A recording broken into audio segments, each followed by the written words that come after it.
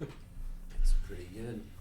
So, the four of you have spent the last 4 or 5 hours traveling on the wide and well-paved road of the Dawn Way. The summer in the Vale, is always hot, but this summer it seems even more, even unseasonably warm. The sun burns all of your exposed skin, and the dust sort of cakes every part of your clothing and armor as you walk. For two of you, the sparsely settled surroundings of the Vale have become quite boring over the last perhaps week of travel. The walking through field after field, prairie after prairie, is becoming monotonous. And so you appreciate two things. One, having found some more traveling companions to talk to. And two, that you are only a few hours from Drellin's Ferry, the settlement that you hope to find the target of your message. The settlement of Drellin's Ferry, it borders the Witchwood, which you know, some of you know better than others, holds many fascinating things. And Drellin's Ferry being not only sort of the southern point of the Witchwood for the Vale, but also the passing point across the Elser River further to the west, makes it a sort of hub of interesting gossip, good food, and sort of interesting people. And so you look forward to arriving, finding a nice inn, and relaxing. Getting out of the sun. As you travel, you've had to make some introductions. For some of you have not met more than a couple of hours ago. I think we'll start with perhaps the most, the biggest stranger to the party. So why don't we have Runar tell us what you look like, how your fellow characters are seeing you, and sort of how you would have introduced yourself for the last couple of hours, if at all. Yeah, so my name is Runar, and about very tall, about 6.5 feet tall, fairly athletically built, and I guess you guys, since you're all pretty perceptive, unlike me, who's extra subpar perception. I don't know, ESP. that's pretty bad. But you would notice that I have two different colored eyes. One is the colors of the aurora, sort of like bluish green, and then the other one is blue and green. And they both have this like purple sort of ring around the iris. So a little bit, you wouldn't notice it unless you were, like I said, you guys are all Bluish green eyes with what around the iris? It's purple. Purple around the iris? Yeah, so there's like purple, there's like a little purple ring around the center. And so, like I said, most people, like, I don't know if you've ever met someone with two different color eyes, but you don't really notice it unless you're actually looking, and then you notice it all the time. So you guys, I think, would have noticed that. Got blonde hair. It's kept very short. You can see on the sides like someone who probably cuts it every day, or something along those lines. very short on the sides, not too long on the top either. Clean shaven as well. And one thing you would notice that when you sort of met him is that he's very comfortable with long periods of silence, and actually he might have, when you were talking, might have stared at you without blinking for an entire minute. I don't know if you would have noticed that, but if Zach knows, there's a skill feat that I have that literally is directly related to that. No joke.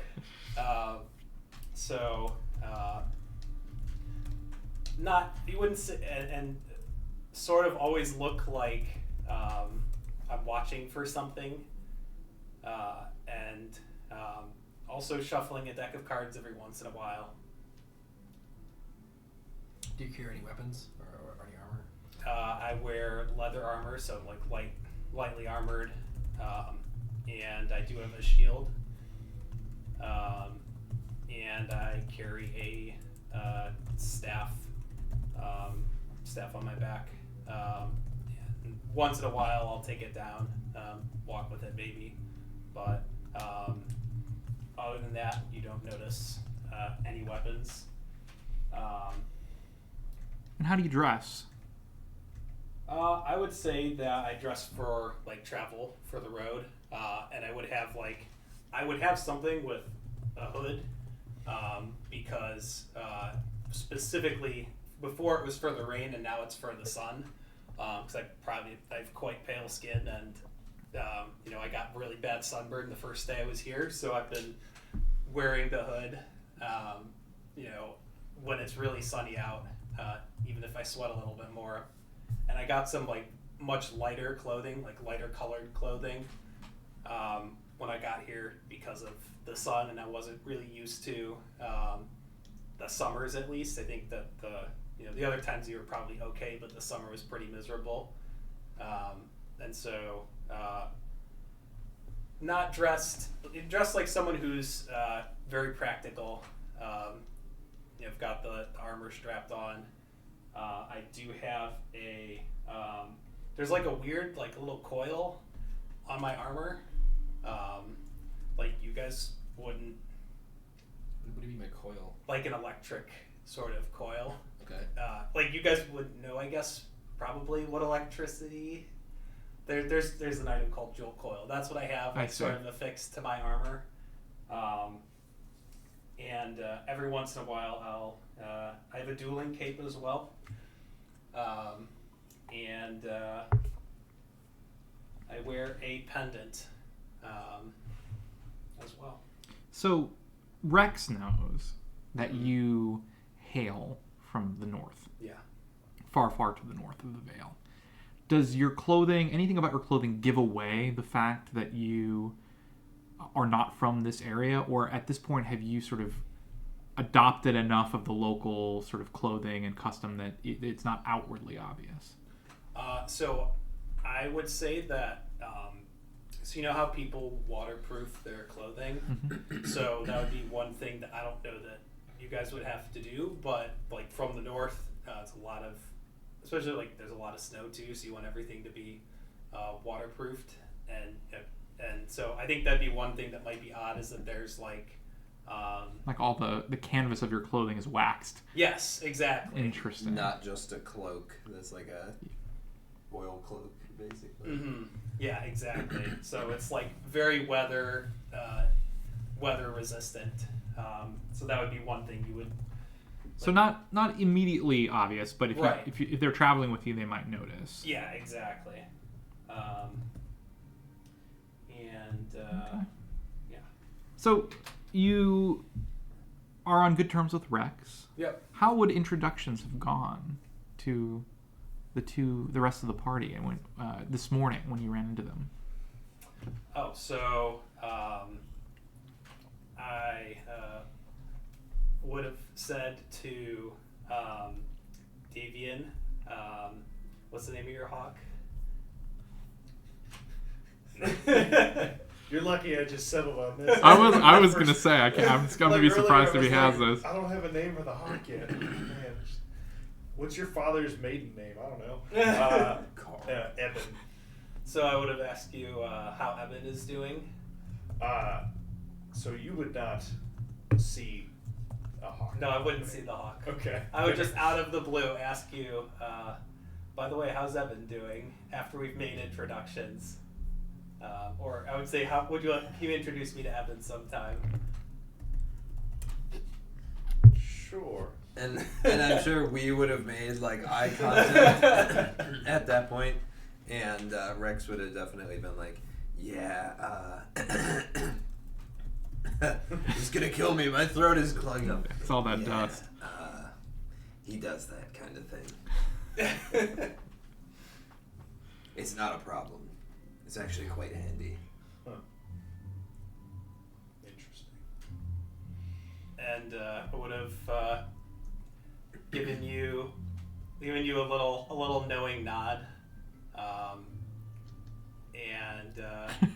Yeah, I'm just like.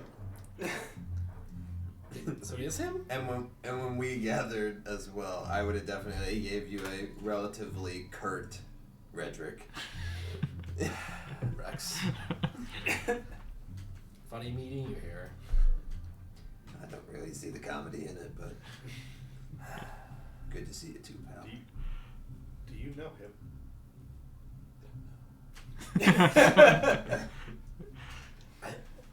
Maybe.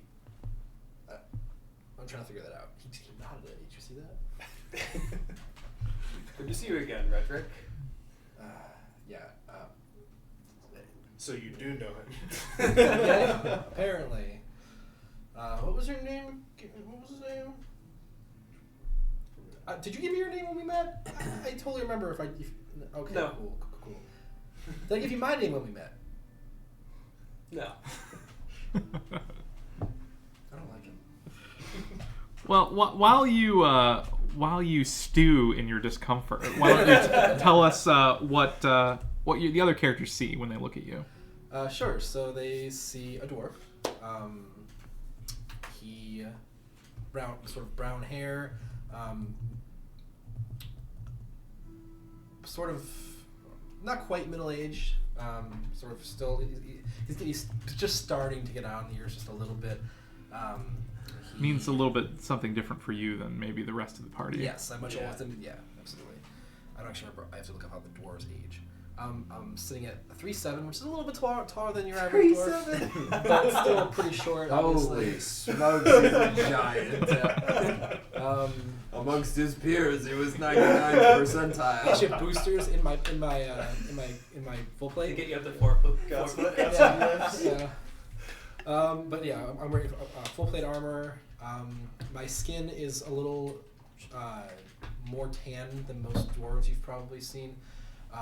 Just because unlike most dwarves, I don't spend all of my time amongst my people. Unless, of course, the only dwarves you know are the ones who are like me in that sense. I'm wearing a cape. I don't usually wear a helmet. I carry a dwarven battle axe and a shield. I'm wearing you can sort of see a holy symbol hanging from around my belt, as well as the same thing that is emblazoned on like a tabard I'm wearing, which is sort of on a white background with a white cape, and then of course the white cape is no longer pristinely white. It is sort of dirtied by travel, and then what clothes you can see are visible from like underneath my full plate, are just like a shade of like a light blue, similar to that many. With me is my ram, my enormous ram that I probably ride on and off throughout the day. Its name, yes, I was going to ask, is Steve. No, Steve it's not Steve. Where is it? I have to. That's right. Stafford. His name is Faluru. One more time. You just put a bunch of letters together. Feluru. Gesundheit. Which, do any of you speak Dwarvish? Yes. It means Sage of Winter. What's Feluru's disposition like? Flirty. I had an idea for it, but I don't know if I want to go with it. Do it. Send it. He is fairly intelligent, despite his appearances. And when I say that, what I mean is, at times, he'll be active and looking around and being alert, and then other times he just almost turns into a statue and just doesn't blink for an eerily long time. They're just like, No, I could have some Buddy? great staring "Are you alright, buddy?" And you like poke him, and he just doesn't move. And then he's just like, so it's true. Okay, he's cool. He's good, guys. Don't worry.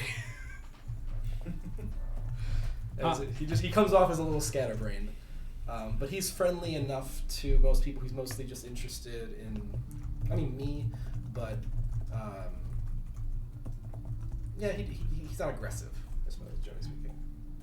You describe him as a ram. Does he have big, sort of curling Yes. horns? Yeah. Okay. Yes. Excellent. And he's sort of covered in what is normally whitish fur that would fit at home fit in at back where he's from, which is the British Mountains. But he hasn't had a bath in a while, so he's kind of gray looking. Did What's your surname? What's Redrick's last name? I totally remember that. I keep looking here, thinking I've written it in my own notes, but why would I do that? It is Straelkin. Straelkin. Cool.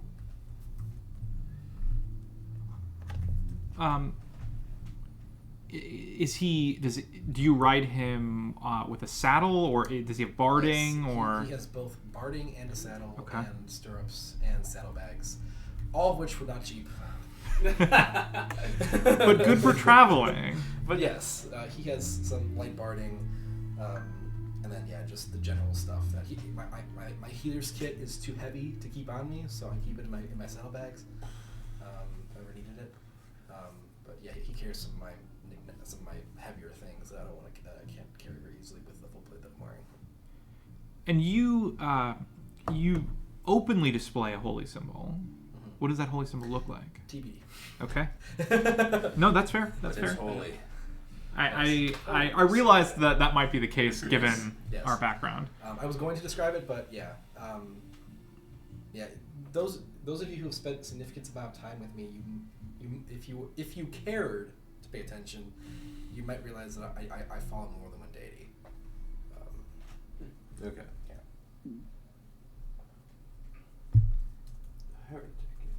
Okay. All right. And as you sort of try to work through your vague memories of who this Runar fellow might be, Davion, why don't you tell us sort of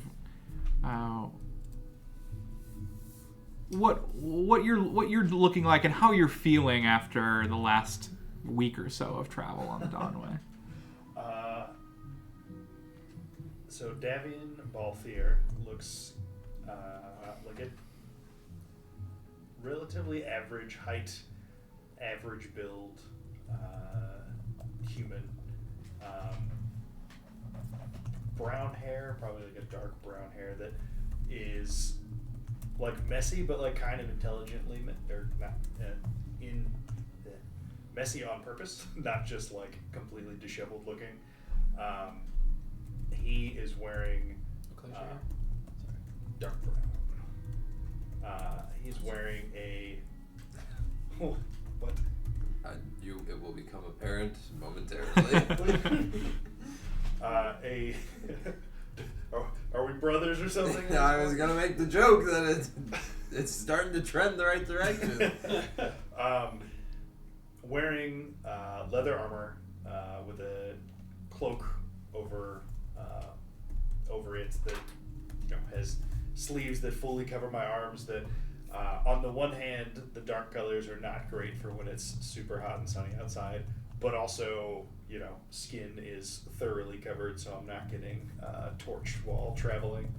I like dirty from the road, but not anything, astounding.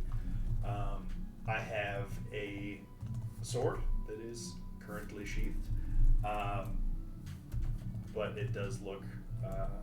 It's a pretty cool looking sword.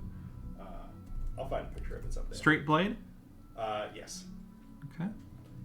It is a short sword, but for flavor purposes, it's not like a really small blade. It's just, Cool. only mechanically a short sword. But I've got there's a spell component pouch that is, attached to my on my belt among my other gear, and it does look like, for someone who's been traveling for a fair bit of time, that maybe you assume that all my stuff is also on the ram, but very lightly traveled. Almost oddly some of your so. stuff can be on my RAM, but it sounds like you need it. I do not, as it turns out. Fine. Permission to vote. All right, the ram.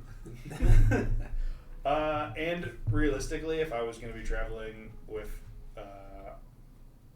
my friend Rendrick, who has a ram, I probably would have gotten a horse and also been riding at this point. Okay. Cost two, and it just cost 2 gold to get a horse, I guess. But, Yeah. That's fine. Yeah, I think that's perfectly reasonable. Why have I not bought one of those? I just couldn't figure out how to add it as gear, because you can't just add it as a pet arbitrarily. I'm very practical in the woods. No, not at all. I don't have a regular horse, so we're gonna have to settle for It's insane. ghost horse. Look at that horse. Horses. This man's riding with style. God damn. Yeah. That horse was 2 gold? They undercharged. Well, a pet horse is 2 gold. I'm not sure What if about it riding? is a different costing. So there's a riding horse and a war Well, horse. what about a I don't- Rapidash? How much is that?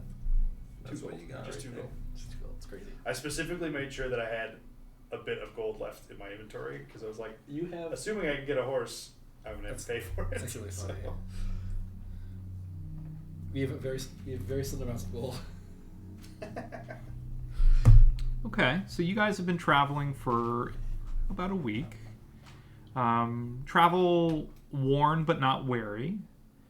And that leaves one individual of the group, someone who has made their acquaintance with Davian before, with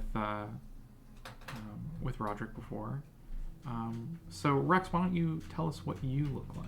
Yeah, so Rex would definitely be the one person in the group that looks the most traveled. Like, everything looks like it's got, you see somebody with a new pair of boots, you're like, they haven't walked like a day, and these boots looks like they've been walked for straight in 2 years, and everything's well worn. He's wearing studded leather armor. All of his clothing is something you would think very practical for being outdoors. The colors are earthy. Everything is if he didn't move while standing in the woods, you might have a little bit of trouble picking out that somebody's there. It's not necessarily camouflage. He doesn't have bits of That ghillie suit's gotta be super yeah, hot. it's not exactly. It's not there's bits of foliage and whatnot stuck to it or anything. It's just the natural colors are they work with the environment of browns and greens. Now he's from what you can tell, he seems to be primarily human, with a little. You would know from just having known him that he's got Nephilim heritage as well. So that's why there's a few you would say it might even be just angles, a few things that look just a little different than what you would expect from a human, especially up towards his top of his head. He wears we'll call it, it's not a bandana, but we'll just call it a headband, I guess, for lack of better terms, keeping back pretty disheveled hair overall. It's long, not to the point of shoulder length, but long enough that if he let it get in front of his face, it would potentially be a hindrance. So it's pulled back behind this headband. Is it also brown? It is dark brown hair. Absolutely. He's still relatively young. Like 35-year-old, approximately human. And about, we'll say, a little taller than average. Not 6'6", but probably in like 5'10", 6'1" kind of range. So like a little bit on the taller end.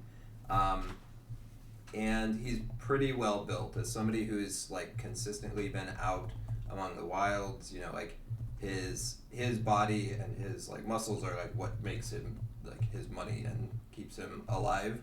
So it's somebody who's, you know, you're not looking like at a bodybuilder by any measure, but you're looking at somebody who like is very toned and used muscles. So like strong fellow.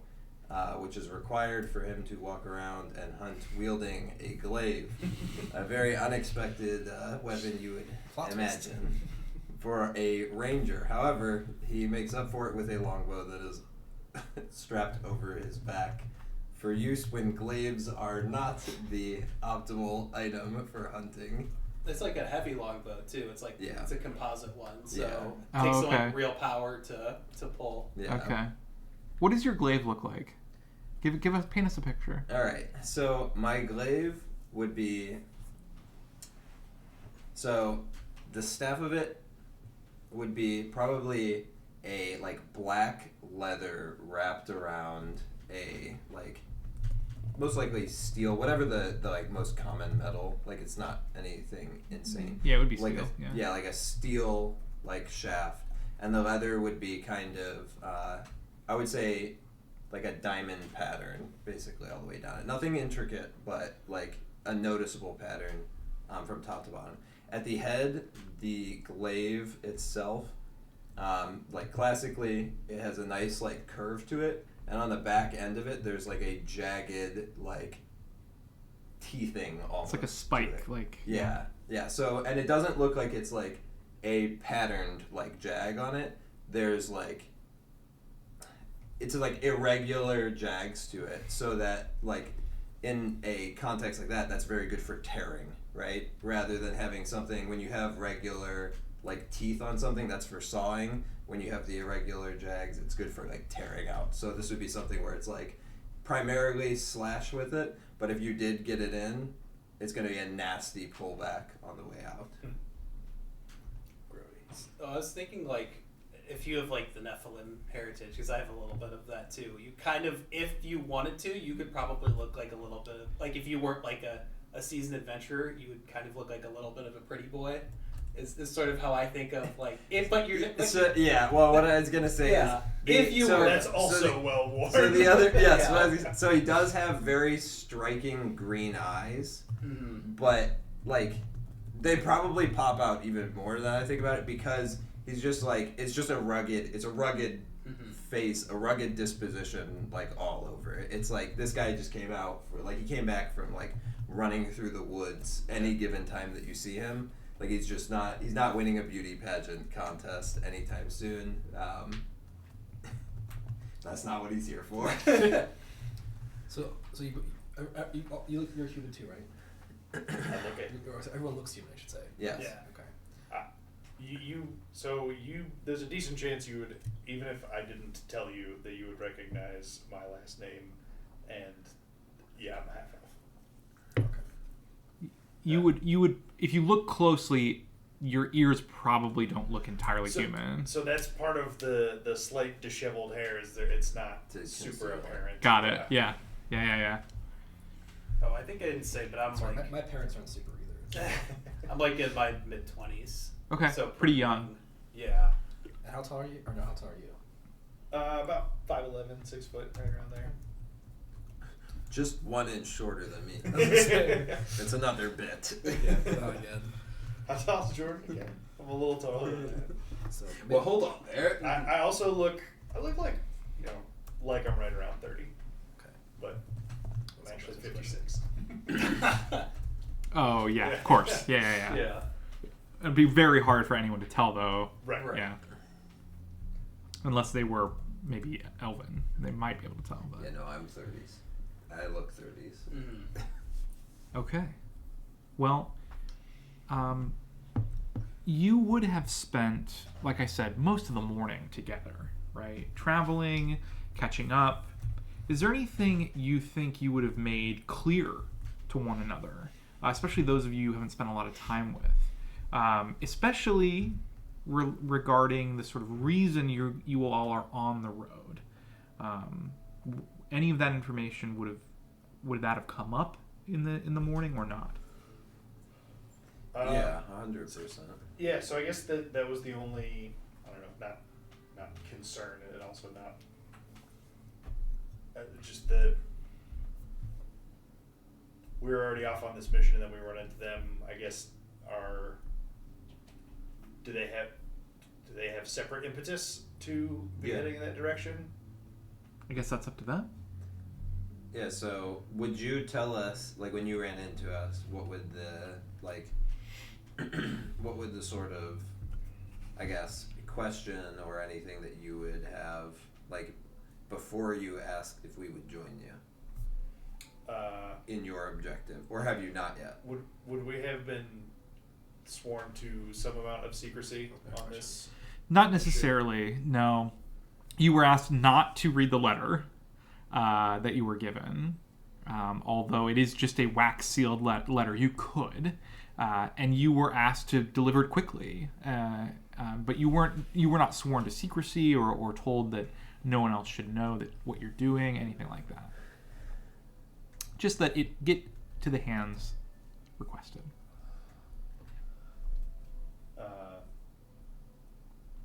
Well, we're off to Drellin's Ferry for Jarmath. Errand boys this time. Just delivery boys. Wow. And you requested us specifically. But it seemed more pressing. We don't usually get these requests directly from the Lord. What brings you to Terrelton? Well, it's been some weird. The fact that I have a frog in my throat while I'm trying to do it, like, more throaty voice is not helpful. Not a great combo. Well, I guess it's gonna be raspier than it's intended to be today. Things have been a bit strange lately. I don't know how to put it, but basically, all around the Vale, there's a lot more game where there shouldn't be, and there's a lot less where I would expect it. It seems like, and correct me if I'm wrong, but it almost seems like things are moving away from this direction. Is that the general? Yeah, especially you get the sense that there's something happening to the west with the game. So when you say they're moving in this direction, away from this direction, do you mean they're moving towards the mountains? They're moving to the north?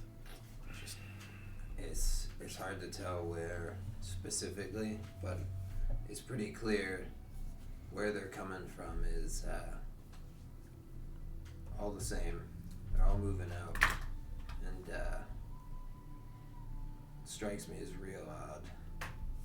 Haven't seen anything like that in years, maybe ever. You know how the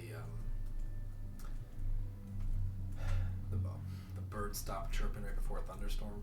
I am familiar with this. I'm making sure. I just It is something I'm quite familiar with, I though. don't want to assume, but that's what it feels. That feels ominous to me. The birds at the monastery. Yes. The birds at the monastery. Yes. Monastery you are so fond of visiting.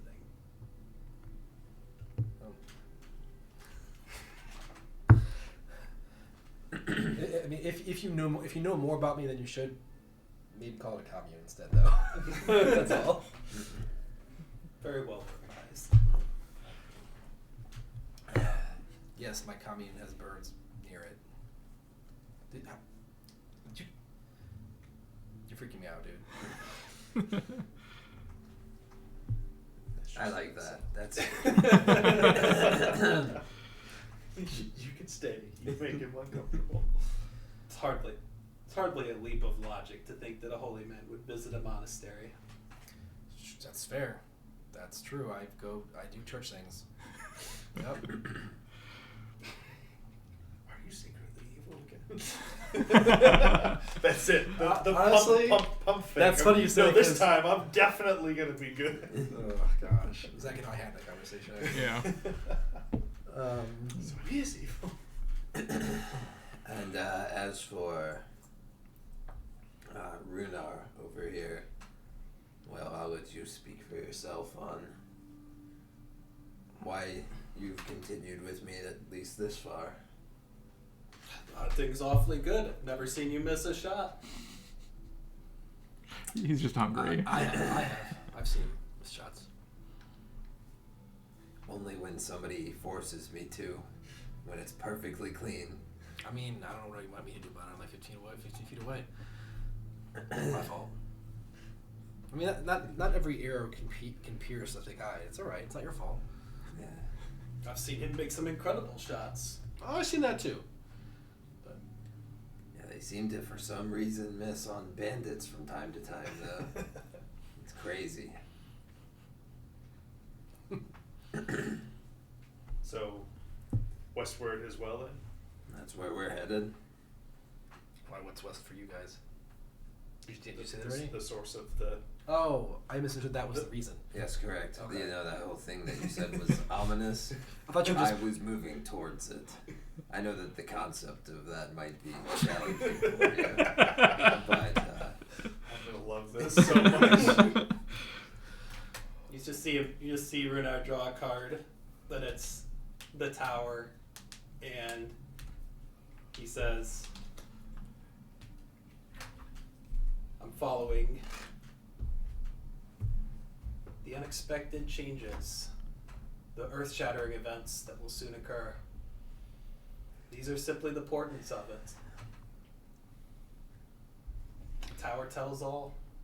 It's reasonable to believe that literally none of you have ever seen a deck of cards like this before and are really confused except by me over the past month. Yeah, and I'm sure. still confused over the past month. Yeah, this is. I mean, sometimes there's good hunts. How do you play like euchre with those? How does that work? Oh, we don't play with them. Oh, they're just for creeping people out. No, the game is very popular in my hometown. You didn't tell me about that. Didn't ask. That's true. Touche. I did not. Seem to get a bit skittish whenever I bring up cards and whatnot. Well, He is terrified of whatnot. no, I specifically thrive in the whatnot.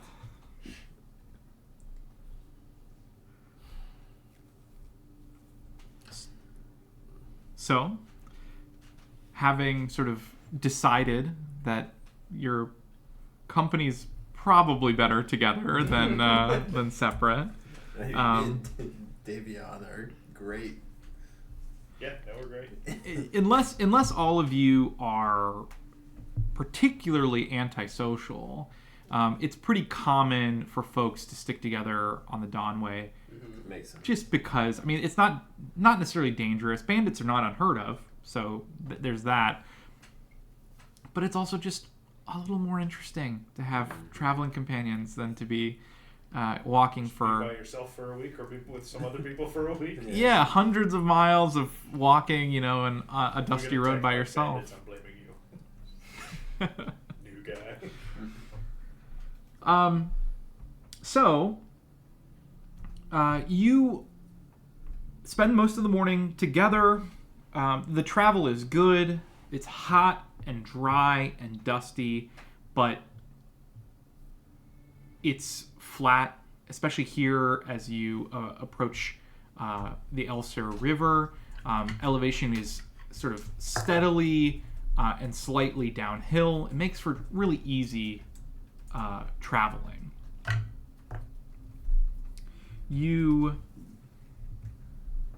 The road sort of crests, and descends into a dusty grove. These are common closer to Drellin's Ferry and parts of the Witchwood's edges sort of extend south into and around where the road is. You can see in the distance there's an abandoned farmhouse, sort of partially visible through some trees. And I mean, you've seen a lot of spots like this today already. The ruins, because of the rather infrequent rains, old buildings tend to stand for decades untouched. And often they're occupied and rebuilt and then left to rot and on and on and on. This particular path, as many are they lack the ubiquitous stones, dwarven hewn stones of the Dawnway. Undoubtedly, many of them having made up the farmhouse that you just see. This happens frequently as you approach cities, where unfortunately locals harvest the stones and use them to build, their homes and buildings. The spot here for some of you, though, as you pass through a particularly overgrown sort of thicket around this farmhouse, feels a little bit wrong. Davian, you especially notice something out of the ordinary. You notice that the dirt of the path, perhaps 10 feet from where you're standing, it looks to have been purposefully dug and sort of turned over in a way that you'd never do on accident. It wouldn't happen by cartwheels. It wouldn't happen by footfalls. It's like a trench. So someone dug and then filled it in, and now it looks like disturbed earth. Yes, the As earth. if somebody buried a landmine or something. Yes, the earth is disturbed in a way that just does not look right, and you get an uneasy feeling just in time to look around and see the glint of mail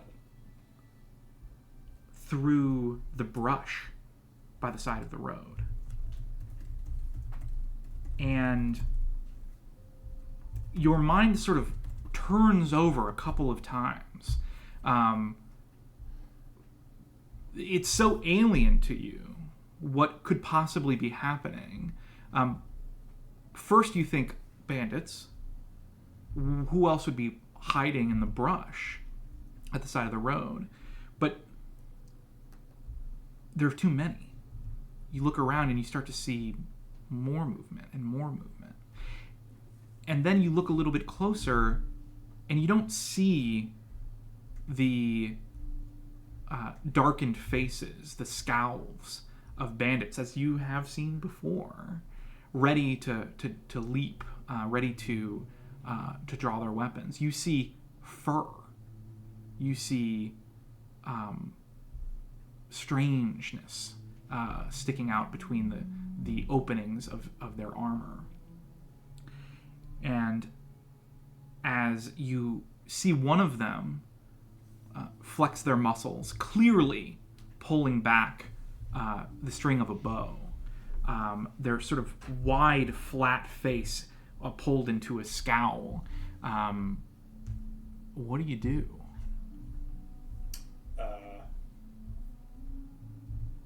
First thing I would do is draw my sword. That I would assume alerts my traveling companions that Something's been noticed. So this is just, it's not something you do on the Dawnway. You don't draw your sword out of nowhere in the middle of a stride. Let's roll initiative. And let's pull off our cover here.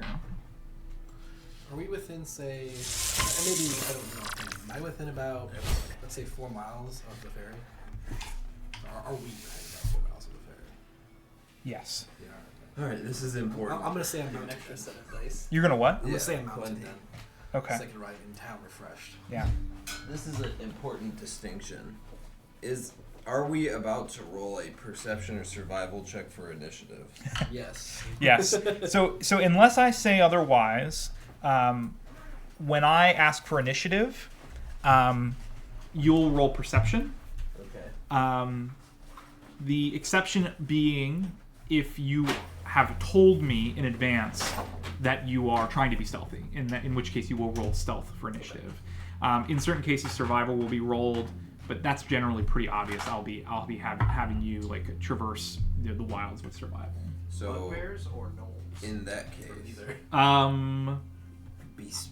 I have the bugbears. Okay. Do you have some bugbears too? I do. Can I see them? Yeah. Do you have a medium quadruped? Probably. Dog-like, perhaps, would be perfect. Yeah. So, I have Scout's Anthony, look warning. Ooh. You have what? Scout's warning. Trigger, you are about to roll a perception or survival check for initiative. You visually or audibly warn your allies of danger, granting them each a +1 circumstance bonus to their initiative rolls. Depending on whether you use gestures or call-outs, this action gains either a visual or auditory trait, respectively. Okay. Which one do you use? Well, I was just making sure I'm able to do it. Well, it sounds okay. Okay, cool. I didn't know if it was because Kevin thought I couldn't do it. Okay. No, I don't think In so. that case, I guess I could have just perceived the fact that he was drawing, that Davian was drawing his blade. Yeah. Like, all right, arms. About to be some action, apparently. Let's see if my ESP. Extra subpart perception at ESP. Hey, that's again. perfect. Thank you. I got 2 on the dice, so it's 11 plus 1 from these things. So I have a 12. Wow, your perception is worse than mine. It is. Like I said, it's ESP for It's extra actually subpart barely. perception. It's only 1 worse than mine. I can't believe that the psychics get the worst perception of the game. Oh, I don't get it myself. Granting you guys each a +1. Paladins are probably very Interesting. close. Yeah, they're very close. What's everybody's The way it perception? reads, it's definitely granting 9 and them 10. each a +1. I would like you all to place your characters in this span, Okay. between my 2 fingers there.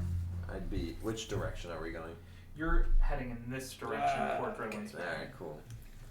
I was immediately doubting I thought so, and I was doubting myself as Stefan confidently slid his ram in. There is only about 10 feet The of euphemism. Roadway. flat road in the middle of this. Oh.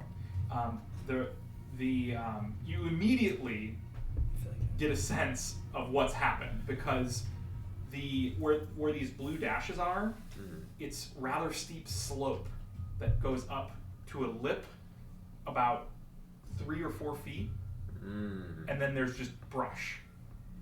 Oh. And so you clearly immediately, if you've ever been in a combat before, begin to realize what has just happened. Like they've clearly Set up an ambush. set this up very purposely.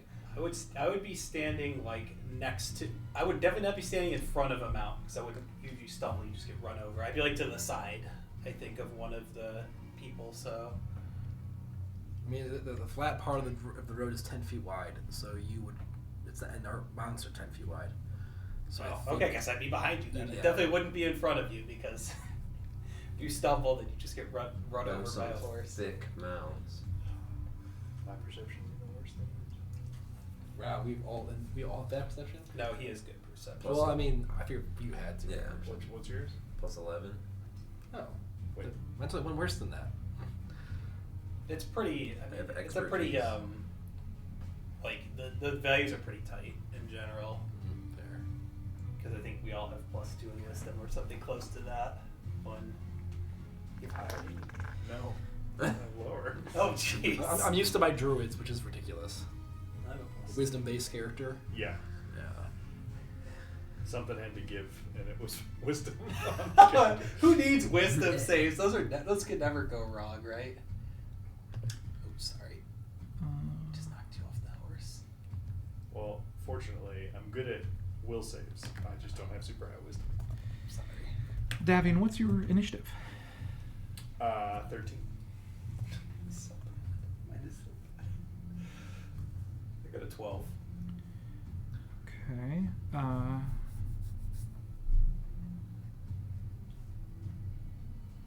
Okay, Runahar's a 12. Rex. 30. That's what this is gonna be like. Okay. Do you add perception? Yes. Yes, but it's perception. Yeah, absolutely. And initiative bonuses. It's rolled a natural 19. Yep. It's a good start. It's a good start. Roderick. 26. Or yeah, 26. Unsurprisingly, Yeah, yeah. Though debatably, That's a lot of unfortunately, dice. since I've got to figure out what I'm doing. Rex, You're not you supposed to be there, are you get to go first. Jesus. Yeah, I didn't really look either. Yeah, it's a lot. Ugh. Interesting. All right. I'm glad I got some as well. Thank you for getting some because I didn't have enough. I was gonna have to use counters, but with your additional ones, I've got plenty. So So 10-foot reach, I can hit somebody who's a square between us, right? yes, and remember, if you're used to 5th edition, diagonals are not free Okay. in the same way. I read a rule that says for reach weapons, they still hit 2 diagonals away. Yeah. So. If Oh yes, but I meant for movement. Oh, yeah. Yeah, You're so right. We still did that with 5e. The diagonal was like 5 and then 50. Oh, you do. Yeah. We That's did. what we did. Oh well, that makes it easy then, because that's exactly how But it's- Pathfinder but works. For movement, you mean? Well, we Yeah. did. It was Oh, every okay, other. okay. Yeah, it's every other. Yep. Okay. The first diagonal is 5. The second diagonal is 10. 10. Yep. Okay. Cool. Perfect. So standing here with a reach weapon, I can hit either one of them. Yes. However, it's difficult terrain to cross that lip because of the slope. Double movement. Double movement Okay. to move into any square that has that line in it. All right. Sorry, bear with me here. I have a whole lot No, of- there's a horse with you, but no bears. Oh Yeah. no. Yeah. What are you all thinking at this point? On the doorway, really? Yeah, that's fair. Have I seen anything like these? You probably, all of you except maybe for, I don't know, have you? You probably haven't. You're probably the only one that hasn't seen or heard of a bugbear before. They look And like, these are Or I'm sorry, a hobgoblin before. They're hobgoblins. okay. They're all. I would probably goblins. think that they're just like orcs. Sure, yeah. Yeah, based on my experience in the north. Okay. Yeah, you may have even fought them before in especially if you've done, if you've had a lot of combat encounters. However, not in this volume, and certainly you've never seen this many in one place at one time. Yeah, my character is like not even like rattled, like not even surprised. This is not the first time something like this has happened, and just looks sort of disdainfully and with disgust at these orcish looking things. That's how I'm going to, and just sort of locks eyes with the ones in front of him. So I would definitely, my reaction would definitely be just like snapping into like, oh, there wouldn't be thought of like, what are these things? Like somebody drew steel, don't know who you are. It's like, all right, it's like, this is just go time. I'm focused on like live to the next minute is the kind of way that it is. Very fair. So if I only have, if it's double, is the whole way to them from like here to them is all difficult, or is the first blue difficult? Okay, so starting at the line that separates sort of the path from the underbrush, This? it's difficult terrain. Okay. And then the underbrush is thick enough that it's also difficult terrain. Okay. Although maybe not for you. I think it is. Okay. I don't think my terrain stalker applies for movement in combat. Okay. I think it is a. Yeah, I don't think it. I'm not gonna look anymore because I can't find anything about it, so I'm gonna assume for now it doesn't. So okay, so do I assume that this entire stretch is difficult? Only starting at the Here. at the line, the line that separates This the green one? Yes. Okay, perfect. Then I can. So 5, 10, and then that would be like 20. Yes. So, and then the next one would be another. But I don't have to get any closer than that. So I will lock in. Do any of them? Do they all look relatively, of this 3-pack, relatively similar, or does any one of them look meaner? No, they all look not only similar in sort of their physical characteristics, but they're also armed and armored similarly, which is also very uncommon for sort of creatures of the wilds that you've hunted before. Okay, then I am going to. So that was first action was to move, right? Next action will be to hunt prey. So I'm gonna lock in on, we'll say, the middle one. Okay. So yeah. So when I hunt prey, so as part of the action used to hunt my prey, I can attempt a check to recall knowledge about my prey. When you critically succeed at identifying your hunted prey with recall knowledge, you note a weakness in the creature's defenses in addition to any other benefits. So I can attempt, as part of the hunt prey action, attempt a recall knowledge check. Okay. There's more to hunt prey as well, but I was just... What would you like to use? Your nature to recall knowledge? Probably yes. So I did not write that down, so I'll have to have you roll that for me. Okay. Sounds good.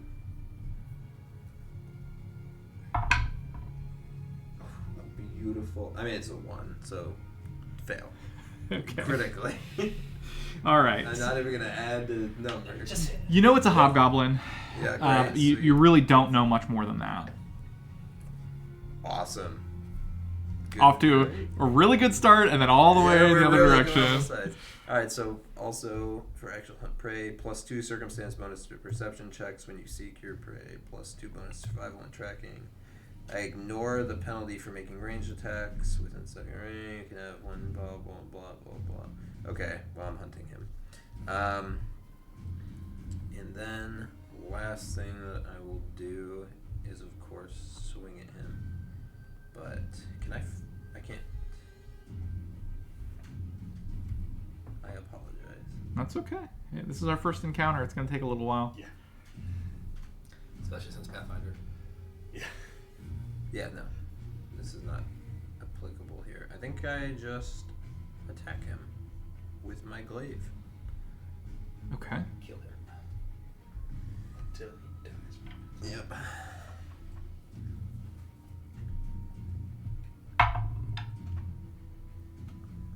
That's pretty solid. 29. That is a critical hit. Oh. Let's go. Okay. That's so good. You get an extra dice. So an extra D8 because it's deadly D8. So 3D8 And then double it. Yeah. after Well- the +4. Does the deadly add only after the critical damage, or is it included? Let's read. I don't know. Off the top A of my critical head. hit the weapon adds a damage die of the listed size. Roll this after doubling Okay. the damage. So Roll either the crawl. use a different color or do it afterwards. This It's up one to will you. be the green one will be Okay. after the doubling. Oh, that's good. Yeah. The ones that you needed high rolls on, Yeah, you the got one high that rolls you- on. The deadly was So at it's exactly 1 point of deadly. 16 However, before doubling. That's yeah. 33 damage. So yeah, 33.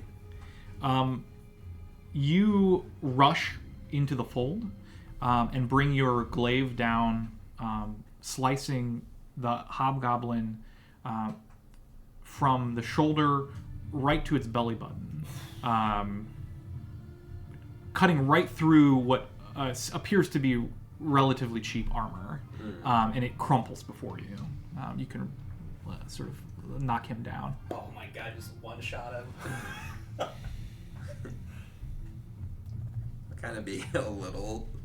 I will have. I mean, having seen first them- attack of the game, critical hit. That's a Yeah, good that's- place to be. Yeah. Having them jump out, so it'll be very deft because like, even though I mean difficult terrain, like this is my environment. Like jumping straight into the like foliage is like, all right, it's just another Tuesday. Yeah.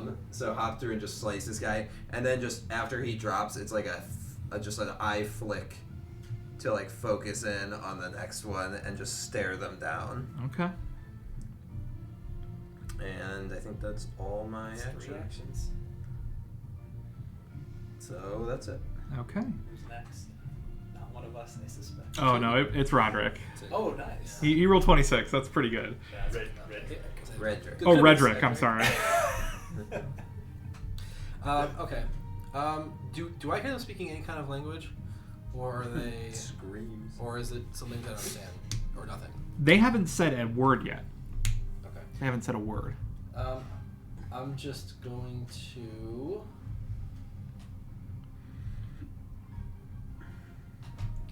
I'm going to. Oh wait, this guy. So all blue is difficult terrain, right? No. No, everything after the green line. So Okay. everything. The blue off is the just road. designating that it starts to slope up. You can walk that fine, but then it's like it's a big step to get up there. All right. I'm going to. I get one free stride to move my mount up. This costs an action. Once per Look turn. at you. And then I'm going to draw my shield and my axe, and as action and action, and then I'm going to just raise my hands up. I'm not knowing if these things understand me. Listen, you guys do not want to be doing this. This is not going to go well for you. Just You say that out loud? yeah. Okay. I don't know if they understand me or not. They glare at you. You don't know, you can't tell for sure whether they understand you, but they definitely give you a mean glare. You're here, Kevin. Yep. Okay, cool. Okay, and like, I would hope it looks pretty clear to them that I have an extra action. That instead of attacking, I'm just gonna raise my shield. Okay. All right. You see, those of you who are still on the road see a strange dog-like creature walking I like it. seemingly from a path further toward Drellin's Ferry. Oh. All right, I saw George, his pinky. Calm down, George. He was So- doing this. Oh, I was this, doing okay? that, He was yeah. doing it. So- Just give me a break. So Is Jordan in? the dog has almost orange-red, ember-colored skin with sort of patchy black fur, sort of all over its body. Its head from the neck forward is completely bald and bright red. A big long tongue sort of hangs down out of its really long-toothed mouth. And it almost gives off like like how dry ice it just sort of like fogs out over like a table if you have it on. It looks like that. Billowing. Yeah, it looks like that, except almost like an ashy gray color, and just kind of falls off and dissipates into nothing on the ground. The creature walks forward, but doesn't do anything. It just sort of sits there, and it kind of sits down on its butt and looks at you. He's disrespecting me. Oh shoot. Too late, probably. Yeah, swing and a miss. I picked Orcish for a language and not Goblin. The It's just never going to be an Orc in this campaign. So, how do I want to do this? If I start counting clockwise for these hobgoblins, starting on the one to my left, that's like 1, 2, 3. So 3 is dead. Yeah, exactly. Okay. We'll do that, and that'll help sort of organize these a little bit. Number 2, Let's go. seeing his ally just get absolutely crushed, will move away, putting 10 feet. 10 feet more distance between the glaive and his body, his soft body, draws his short bow, and fires 2 shots off at Rex. That seems reasonable. Natural 20, so 28 to hit. Hits. Good thing it doesn't crit. Oh. I have 22 AC. It's not I plus think 10. natural 20 is crit anyway. So the way... Oh, it's an crit. extra Okay. level of Yes. success. Okay. So it crits. Now, if 28 did not meet your AC, then it would only hit, Interesting. Okay. right? Good to So know. because it's one Plus step, one yeah. Okay, cool. So it still crits. The Yep. second attack was 5 to hit your AC. That one I think also, that's gonna that miss. one also crits. It's coincidentally. Alright. Unrelated. your I see AC money is negative these 5. days. Wow. Mm-hmm. It's damage. He strikes you for 13 damage. All right. Crit. Big. Oh, it was a crit. Okay, never Yeah. mind. It was a crit. That's not so bad. The arrow seems to strike you perfectly in a weak spot in your armor, and you feel that, probably a feeling you felt before, that feel of an arrowhead in your shoulder. That brings us to he's dead. To number 4, Yeah. who garbles something at you in a sort of guttural language. If you know Goblin, I did. yeah, you hear him. You hear him. I did the coin flip of Goblin and Orc. You hear him say something along the lines of, Yeah. "What the fuck is that thing? It's worse than a horse." And he also moves back 10 feet into the underbrush and fires at. It's worse than a... I think he'll probably fire at you, Redrick, not the mount. I feel like I'm the more threatening of the two. Yeah. They are just stirred by his presence. I don't know, your mouth's pretty scary looking. The fuck is that thing? It's worse than a horse. So he attacks you 18 to hit and an 8 to hit. Yeah, that -5 at the second attack is a blessing and a curse. A blessing for us. Yes, yeah. And then the one next one, the number 5, will drop his short bow, draw his long sword, and try to attack you with that. Ooh, only a 14 to hit, Nope. but he'll try again. It's a critical failure. It matters. Yeah, attacks are the one thing Oh, that yeah. critical failures don't do much. Yeah. How is another 14 to hit? Nope. So he basically slashes at you, and I think for you probably just hits your armor. You know, just bounces his weak blows against your armor. And the last one, again adjacent to the number 6 there, will back up and fire a couple arrows.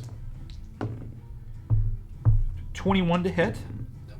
and 13 to hit.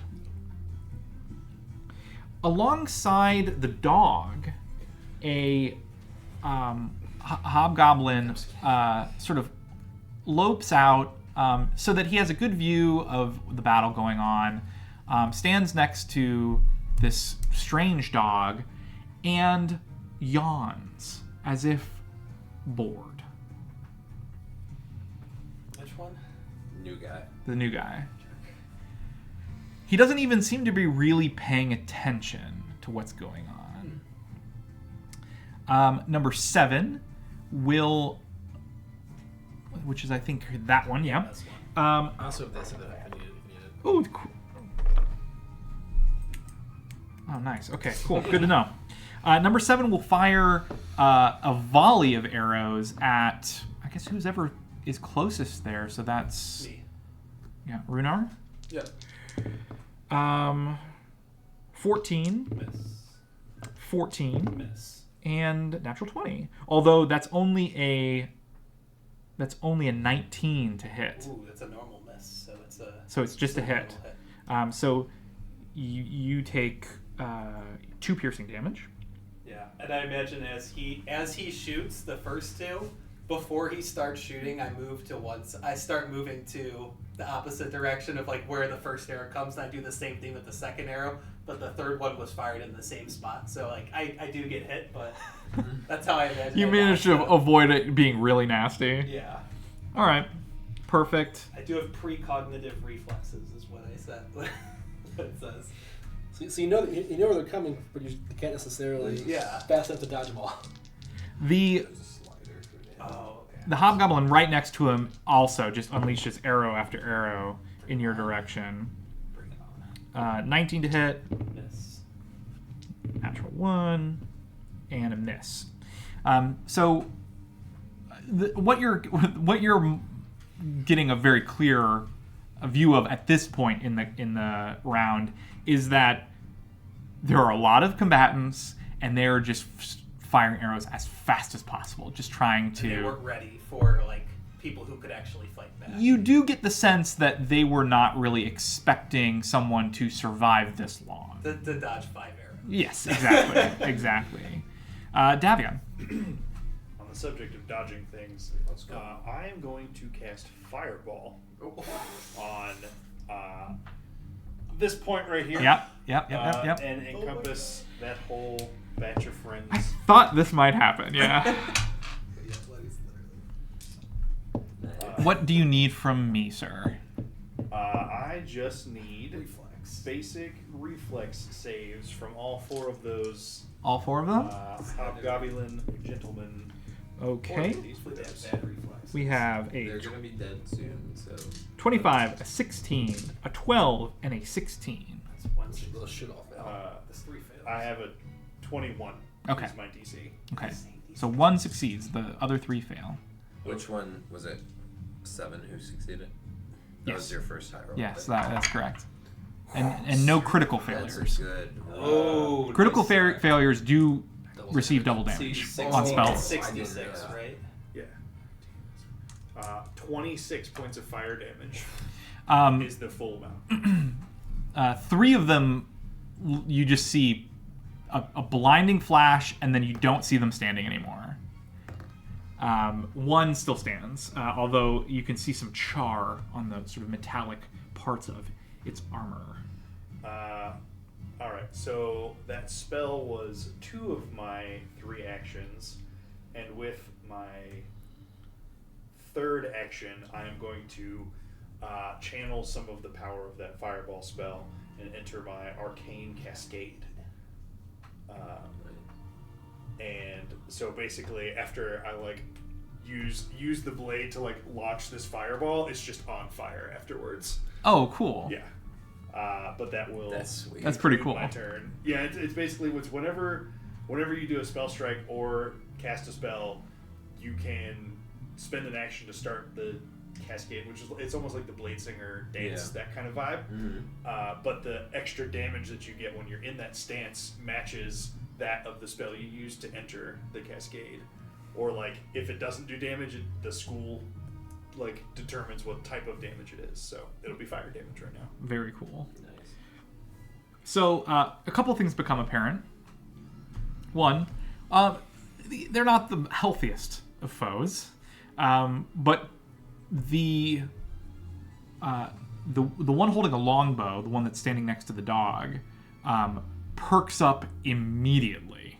That yawn is gone, and he starts paying attention to what's going on. That brings us to Runar. After a, Pop the cup. he's like, I want to spend an action to recall knowledge about these guys. I want to know specifically what's their lowest save. Go ahead and roll. Society? Is there humanoids?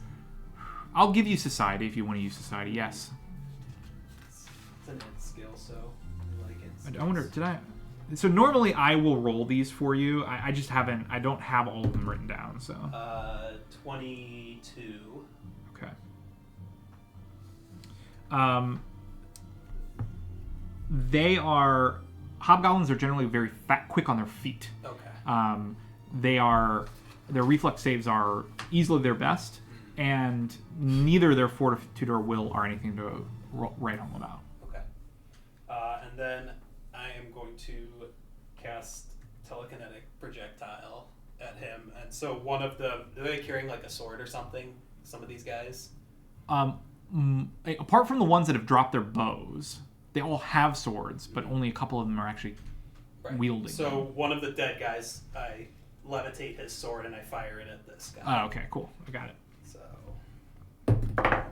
that's 22. That is a hit.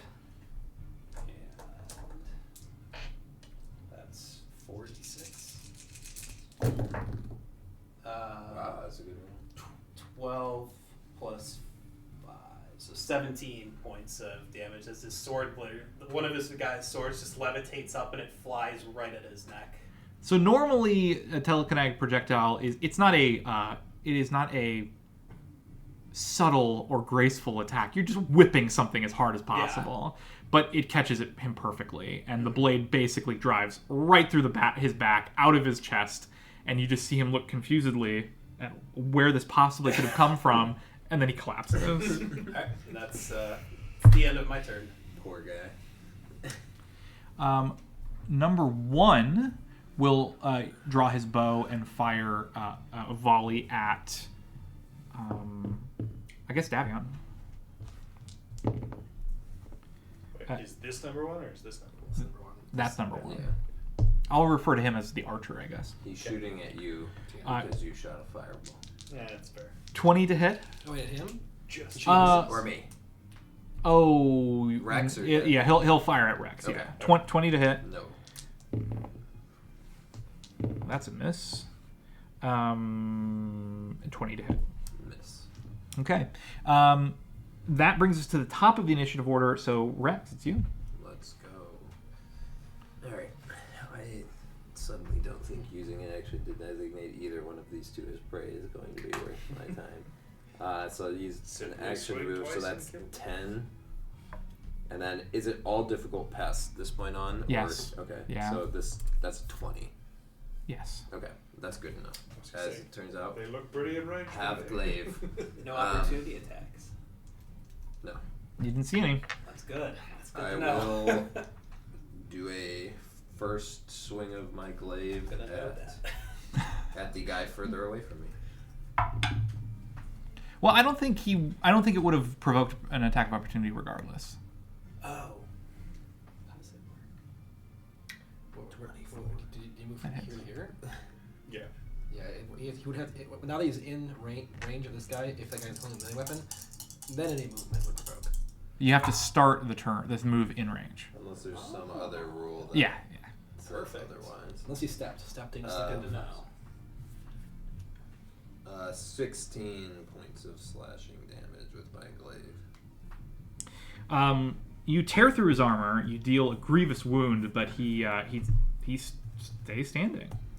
And I will attack him again, which will incur a minus 5. Yeah, Unless it's so agile. he's not hunted. Yeah. You're still gonna kill him now. Maybe. Now you got this. What weapon are you using? Glaive. Oh, yeah, it's right there. 22 minus 5. 17. 17, yeah. 17.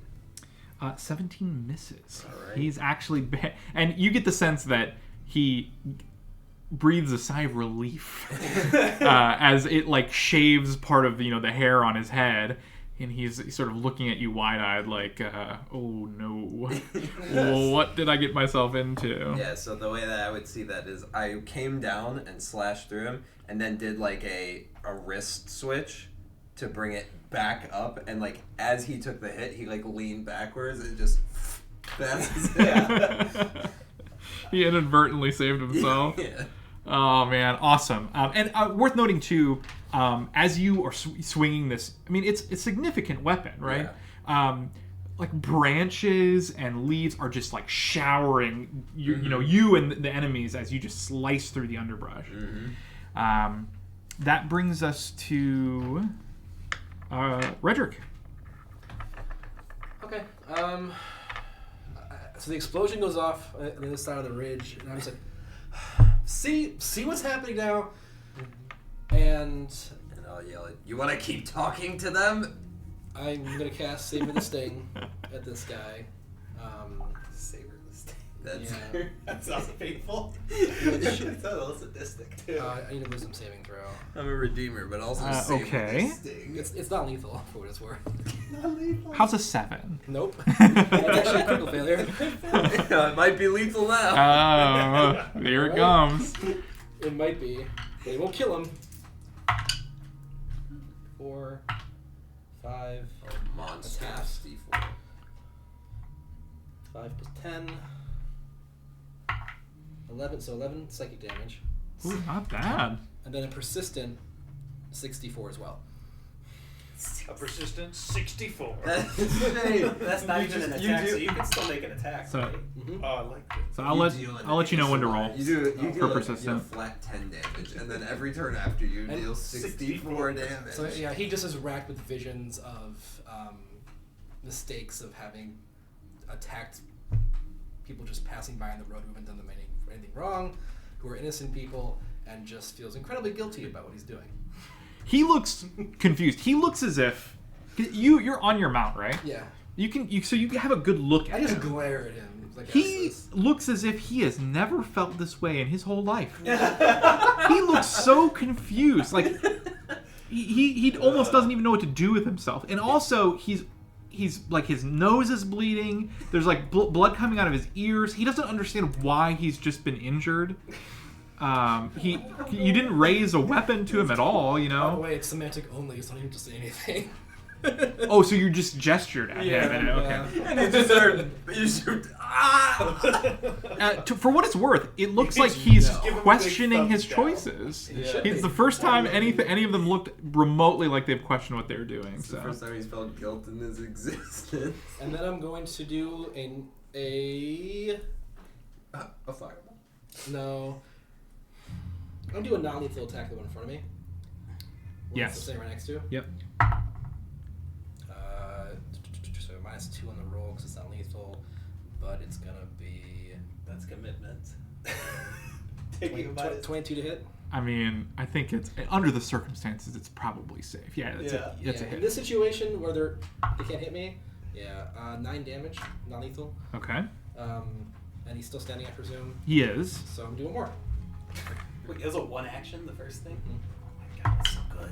It crit though. That's why Oh, it did so okay. much damage. That's still cool though. And it 16, persists 64 damage in plus turn. 13. Which is 15 damage Yeah. on average. Or That's it's really good. 64 damage. Only 12 to hit on the second one. That misses. Okay. Yeah, that one he manages to duck out of the way of. Okay. That is a ton of persistent damage. The archer down here, Captain Big Shot.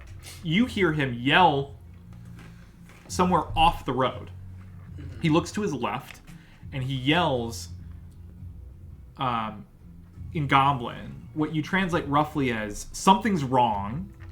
Get over here right now."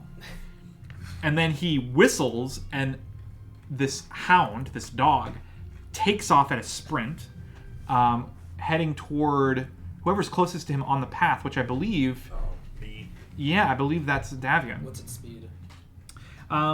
It's quite quick, 40 feet. This just It'll saves take me 2 a actions move if action on my necessary. turn. That's 40. Yeah, perfect. So it'll be able to get to him. Yeah.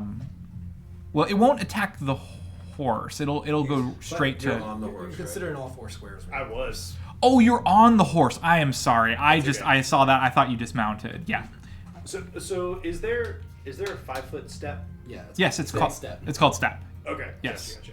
So if that's not an action. That's like a free thingy on your turn. No, it is an It's action. an action, It but is you an don't. action. you don't Everything provoke is an action. You don't provoke an opportunity attack. Okay. That's why it's Okay, only okay. 5 steps. But it also means you can step twice. So you could 10-foot step in a turn.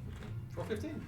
Or 15 if you wanted, right? So Those are two very That makes- large steps. It is. Yeah. It makes more sense too. There's an ancestry feat later that's like when you 5-foot step, you can actually 5-foot step twice in one 5-foot step. Oh, which is yeah. cool. Nice. So, okay, that makes sense. Then I am still on the horse then.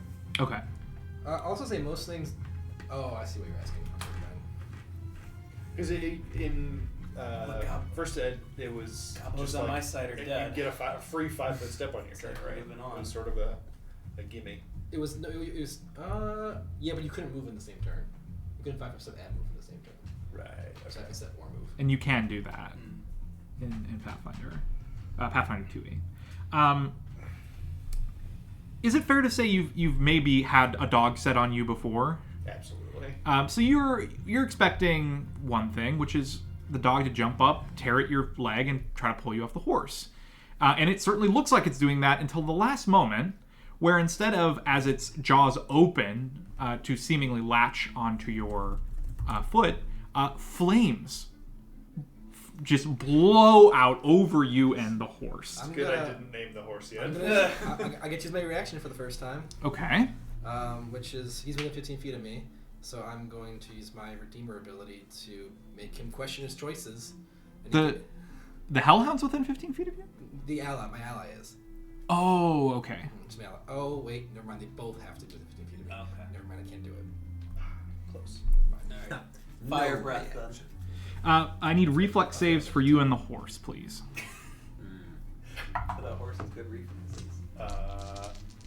For me, it's a 23. That's a success. Good reflexes. Nice job. For the I am infected X-based character. I gotta look up the horse stat block. Oh, yeah. Sorry, I should have. No, it's okay. I should have had that up. I have it on, or it's on archives. Surprise! It You caught is. a horse. So there's horse, there's riding horse that's like a level 1 challenge rating. Is that Yes. find it? Okay. Yeah. Riding horse. So my save is a 23. The horse has a 6. Natural 1? Natural 1. For a total of 7. 10 damage to you, 40 damage to the horse. Oh. Yeah, fail it save that got Right, doubled. it failed because it got doubled, right? All right, my horse is dead. No way. It's really good that I didn't name the horse. Sorry, bud. Yeah, you fall prone next to the horse. 2 GP, you died. 2 gold well spent. The horse, however, as you know, it can be dangerous falling from a horse. They can often fall on top of you. Although you just find you're in a pile of ashes. You're not sure why. They're just everywhere. Like they're in your mouth and all over your clothing, and you don't know where they came from. But you don't see your horse anywhere. And that will bring us to number 2, who decides to give up his... You said 10 damage, right? Yes. Give up his short bow, draw his short sword, and he approaches you. He actually will step to you and attack. Respect him for that. 12 I and 19 to hit. Nope. What is your style when it comes to sort of melee combat? Are you someone who's parrying with the glaive, or do you just sort of like tank the hits and don't even think about it? So it's definitely, because I am fairly dexterous as well, so it's definitely a combination of like sidesteps using, especially in like my terrain, it's like sidesteps using like the brush as like ways that like I would see, oh, this might hit somebody in the arm while they like try and hit me, so it like interferes with a swing or something. parrying. It's very much like environmental dodging is how I would describe it, rather than just straight up tanking hits when I have to. You're more agile than you are like a Bruisery. like a tanky bruiser. Yes. Got it. Exactly. Okay. Well, in that case, you find his attacks less than deft, right? You know, you see them coming. They're a little overly choreographed. You know, like you kind of know exactly where that blade is going long before it gets anywhere near you. Number 4, his eyes go wide. He doesn't drop his bow, but he drops his arms to his sides as he stares at you, and he backs away into the forest, maybe 15 feet into the underbrush. He doesn't attack. However, 60. Okay, you see him as eyes wide, backing away, and then he just freezes like a board, and then falls over. Like, That was a persistent damage, which kicks in at the end of the turn. Knock him down. It's okay. It's funny because it's not obvious. Like, it's psychic, right? So Yeah, it's mental damage. so he just like falls over. Yeah. And so do I roll that every turn? Like, so if I crit with that, do I roll the damage at the end of each of his turns until he rolls to succeed out of it, or is it consistently the same damage? No, you roll every time. 20 persistent damage is fucking ridiculous. Yeah. On a crit. Yeah. Yeah. And that's a good roll too. That's like well over That average. was I was sitting here like, oh god. Yep. 20 persistent damage. That killed me in 3 rounds. 5, not quite as deterred, will fire some arrows at you. No, that would be 6. He's at point blank. Would that be 6? That's 5. Oh, you're right. He'll slash his sword. Yeah, you're right. 10 to hit, 10 to hit, and 8 to hit. So clearly not a threat. Just side him. Number 6 is the one that will try to shoot some arrows at you. It feels like he swung at you and you were just like... Pretty much.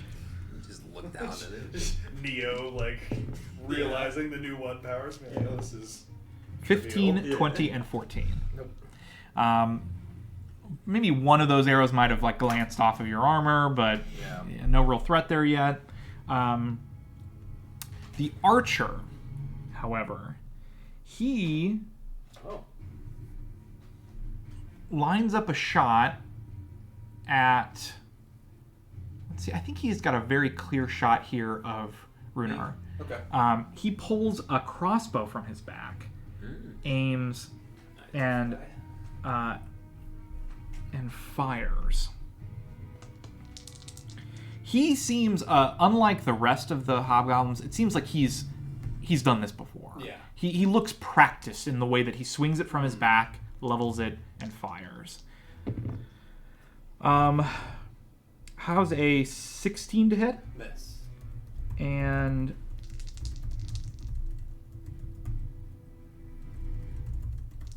surprisingly fast for a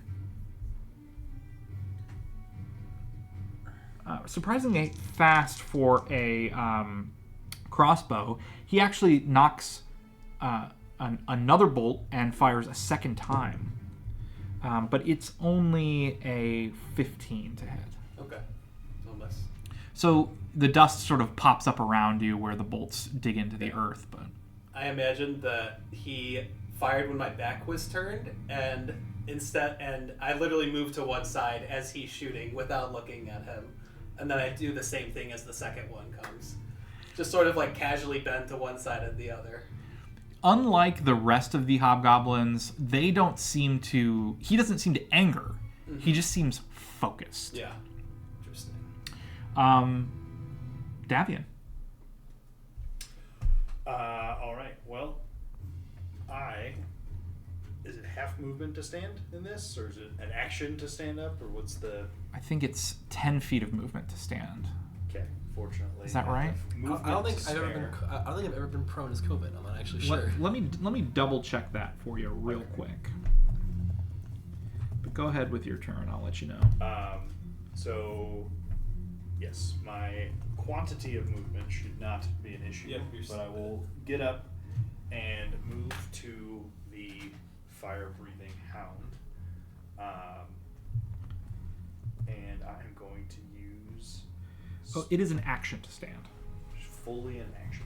I should have known that. Everything's an action. Um, Oh, that actually You makes can't sense. spell strike. I can't. I mean, you could stay laying down. Sorry, I have to check. You're probably hard hit yeah, by a it crossbow is. guy. We were like, Spell So strike is I'm too going much. to instead cast my focus spell, Dimensional Assault, which is you tumble through space up to half your speed. So I'm just gonna go from prone to like up and next to this thing, assuming nice. it can work that way. I guess. I Yeah. imagine it's basically Yeah. Misty Step, and so I could just, Yeah. I'd still be prone after Yeah, that. absolutely. Absolutely. Okay. Absolutely. Okay. So yes, I will Dimensional Assault. So I can. It's up to half of my speed, any square within reach of the creature, and then at the end of this, I make a melee strike against a creature within my reach. So as part of this, I still get to hit it too. Okay. So I will swing my cold iron short sword in my cascade stance. Oh wait, actually, and I have the. First, I'm gonna try and feint the creature. Okay. So a deception check. Are you taking action, or is that a class feature? The standard feint to try and make him flat-footed, because if he's flat-footed, then my arcane cascade stuff is just more effective. Okay. I think you can build a spell strike though if you do the feint though. 'Cause it's two Yeah, I'm not actions, spell striking, right? sorry. Okay. So take an action to feint. That makes sense. So I roll a deception check for that. Yes, I think that's against the creature's. Against your target's perception DC. Yes, that's correct. Okay. Which is like it's like 10 plus their perception, right? Correct. That is right. Yeah, it's as if they would roll a 10 on their check. Yeah. You'll see a lot of that for. That's like all of your base saves. stuff, Yeah. right? Like your DCs, like my spell. 26 on my deception check. That's a success. That's easy. Right. Flat-footed. Maybe And- not easy. It could have been. Oh wait. This wouldn't work the way I want it to though, because the strike is as a part of the dimensional assault. So never mind. I can't even do that before the first hit, anyways. So Oh, I see. So The I dimensional will- assault, you're up and standing and attacking. yeah. So We have to resolve that first. Yeah. right. Got it. So I'll feint afterwards and try and hit with an extra attack on this turn. But the first one that is not flat-footed, regular strike of 12 plus 14 for a 26 to hit. That hits. Awesome. So that is 2 plus.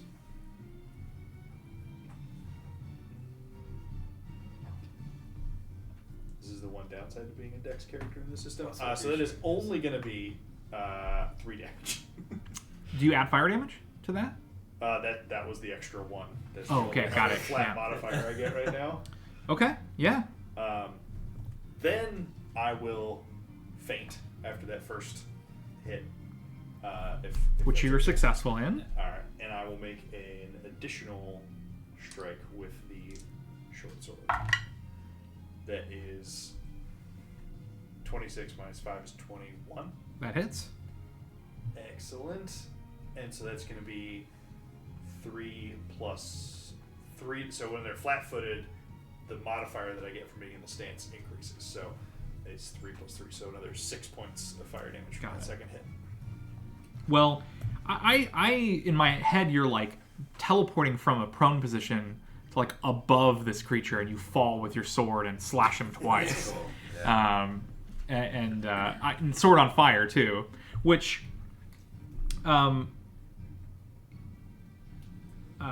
if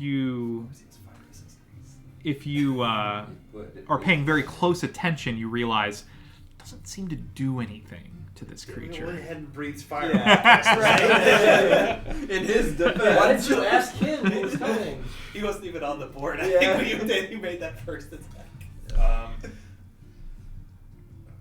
And sorry, I'm just making sure that I know. No, how please.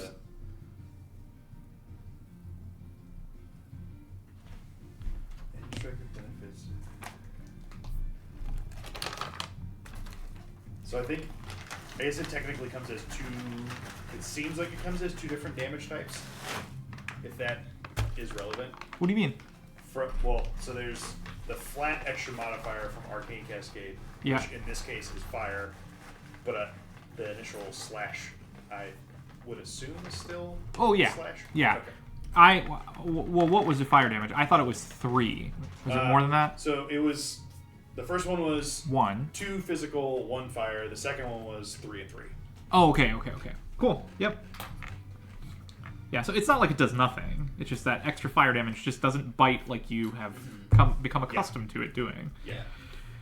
All right. Runar. I'm going to cast Ghostly Carrier. Okay. And if I can, I would like to use my third action to aid his next attack on this guy. And basically the way I want to do that is have the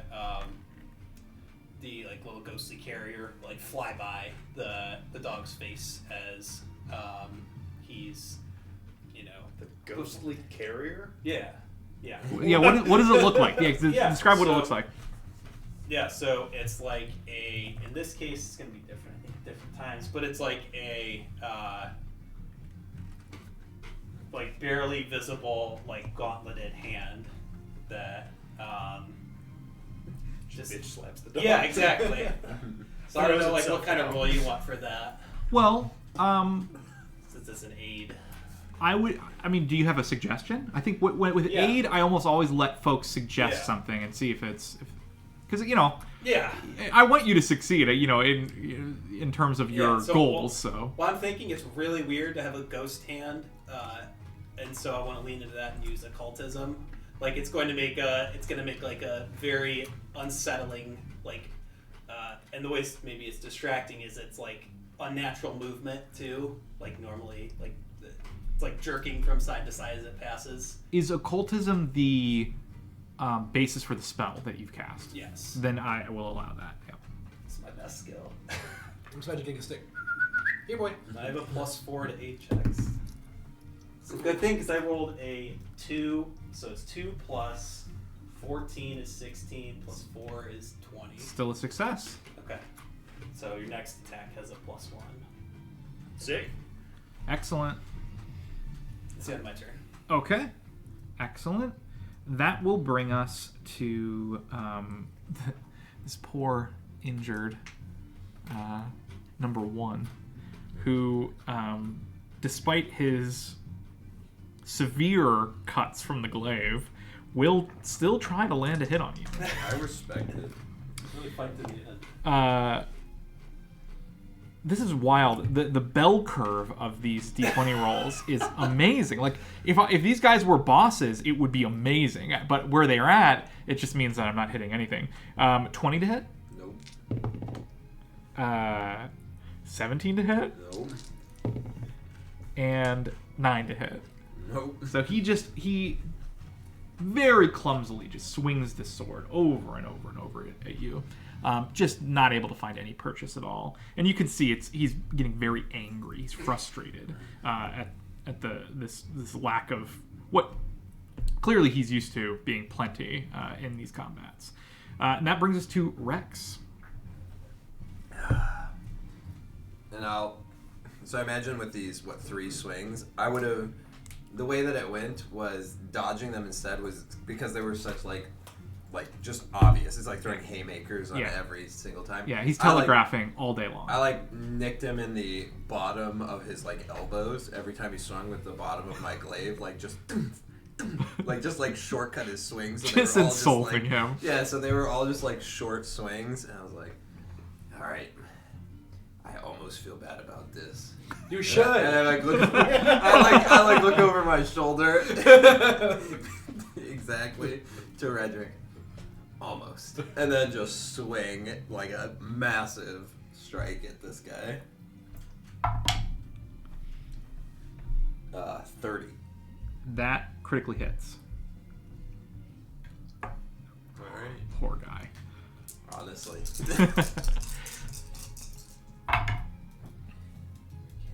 So So it's 10. So 28 plus 6, so 34. I think instead of making a show of this, you've already insulted him enough, and you have another one to fight. You just you make one clean, easy slash right through his neck, separating his head, and move on.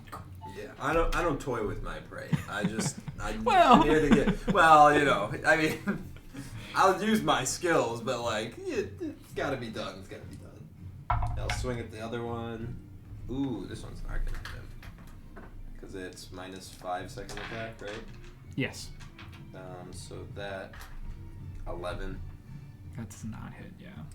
Third attack. Minus 7? 8? What is it? Well, 10 unless, depending on your minus weapon. 10. Yeah, it's minus Okay, 10. right. Still hunted. Hunted is what gives me that. Alright, surely. It's only minus 6. Surely I high roll. Honestly, 15 plus. it's not gonna be. What do you? So it's 19. That hits. Oh my god, you're plus 14. Yeah. I have plus 11 with my attacks. I feel like that's Amateur hour. I feel like an amateur. And I have max int. That will be 13 points of slashing damage. Yeah, you deal a really nasty blow right across his upper thigh. You cleave part of the armor just right off of his leg. It's clear he's going to be limping for a while if he survives this. It's a big if. Something tells me he's planning on sticking around till the end, so. Is that all for Rex? That'll be it. Redrick? Non-lethal attack the guy in front of me. Okay. 30. Critical hit. Let's go. Oh, damn, I meant to say I'm switching two-handed mode. To what? Two-handed mode. Oh. Is it critical? It is? Okay. Now these guys, this one in particular has like a 22 AC, so Yeah. no crit this. Oh, wait, so I'd roll the dice as normal and double it? Yep. 12 damage. After adding the modifier? Yeah. I rolled 2-2. And actually, the second 2 didn't count, so it's just 2 plus 4, which is 6 times 2 is 8. That is enough. You do non-lethal. Yeah. So basically, you like use the flat of the blade, just hit him right on the top of the head, and he just Stop! out like a light. It's like frying pan. Anything else, Redrick? Yeah.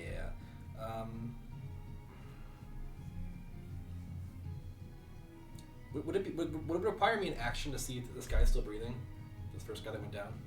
Yes, because of the undergrowth, he's basically not visible to you at this point.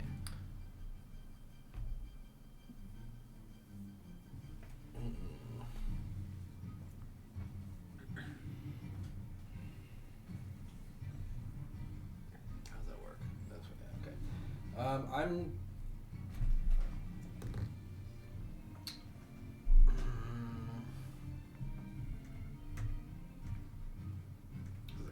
Really, this paladin stuff's annoying.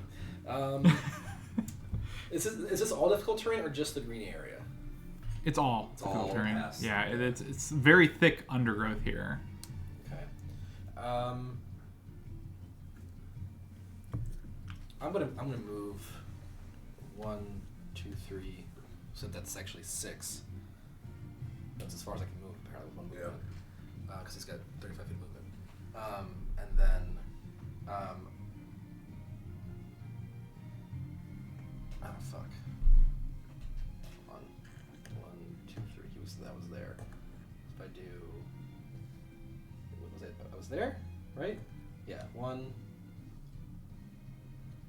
2, 3, 4, 5, 6. There we go. And I'm going to.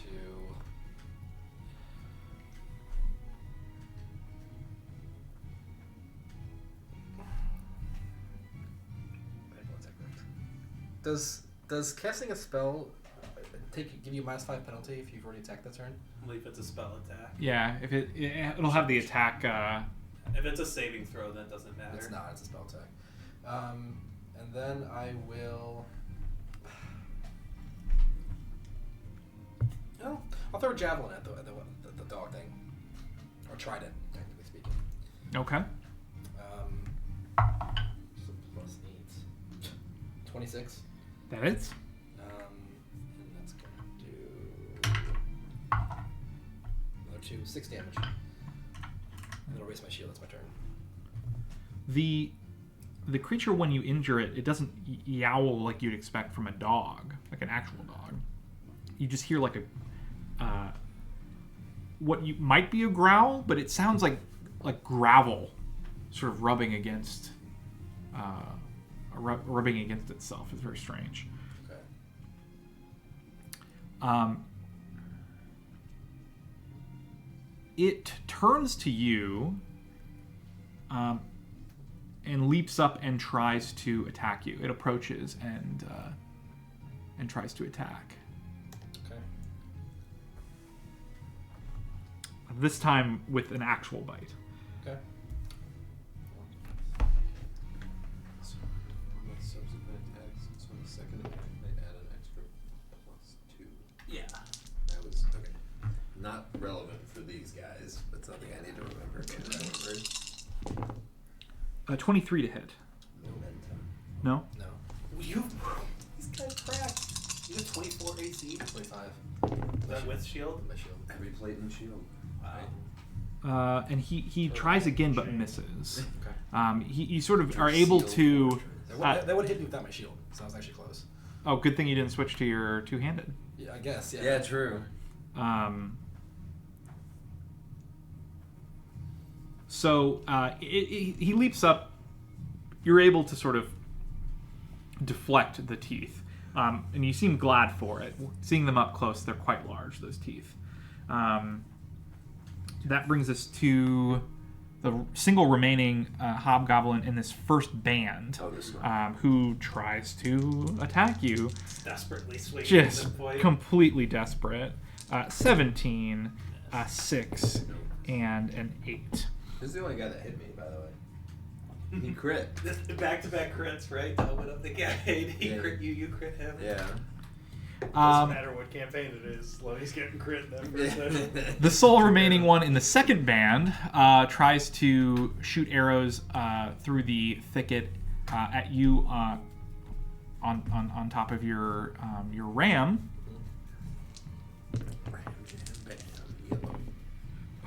12, 13, and 9. Eventually they roll natural 20. Eventually they'll roll over 13. Do you think for how many attacks I make? But again, just they're looking around. It's almost like a porcupine of just like arrows sticking out of the ground everywhere. They haven't hit you, but they're everywhere around.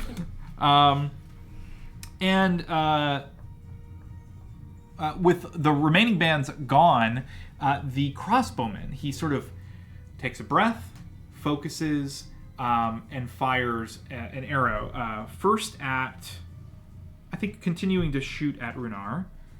Yeah. Well, last time for you, pal. Here comes the crit. I know.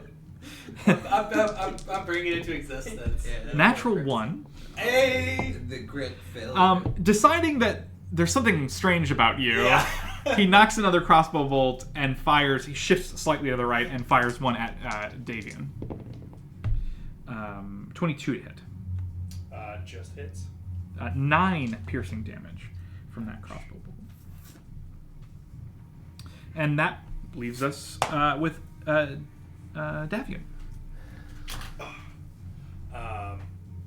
That was this guy? No, that was him. Oh, it was... Gotcha. Yeah. He seems to actually have some wits about him. Gotcha. Do we have hero points, by the way? Yes, you all have 1 hero point. Thank you for reminding me.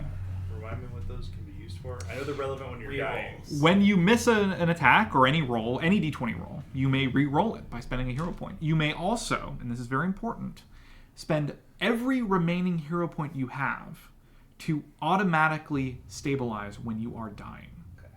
So you only want to be at 1. You You don't want to waste those hero Like, points. that first point of lay on hands counts for them. But you don't want to waste them, which also means that if you don't think it's likely you're going to go down, Yeah, they go away. at the end of every session, and then at the beginning of the next session, you'll all get one. And then we'll talk about this more in the next session, but we'll do a little bit of maybe voting or recognition. Remembering what happened last session. To give you, to give some of you, one or more of you. I always try to give at least one extra hero point out every round, every session. The one I think I only had to use the hero point to stabilize once, but I went unconscious, was immediately up, failed my saving throw. Then I was taking persistent damage, failed another one, and then everyone's like, "Oh, we'll get him next time." And then, and it would have been my turn again, but I just like, "Nope, I'm using my hero points. I'm not risking another roll." Like, because this persistent damage is gonna make me fail otherwise. All right. So for my turn, I am going to start with using my spell strike, and I'm going to. There is flanking in this game. That's all I will say that much. There is flanking. Like you make them automatically flat-footed when we. Yeah, if you can draw a line, if you draw a line in between them and you both are flanking them. So. I'm not sure if you want some movement on that, but I'm just letting you know. No, that's a good call out.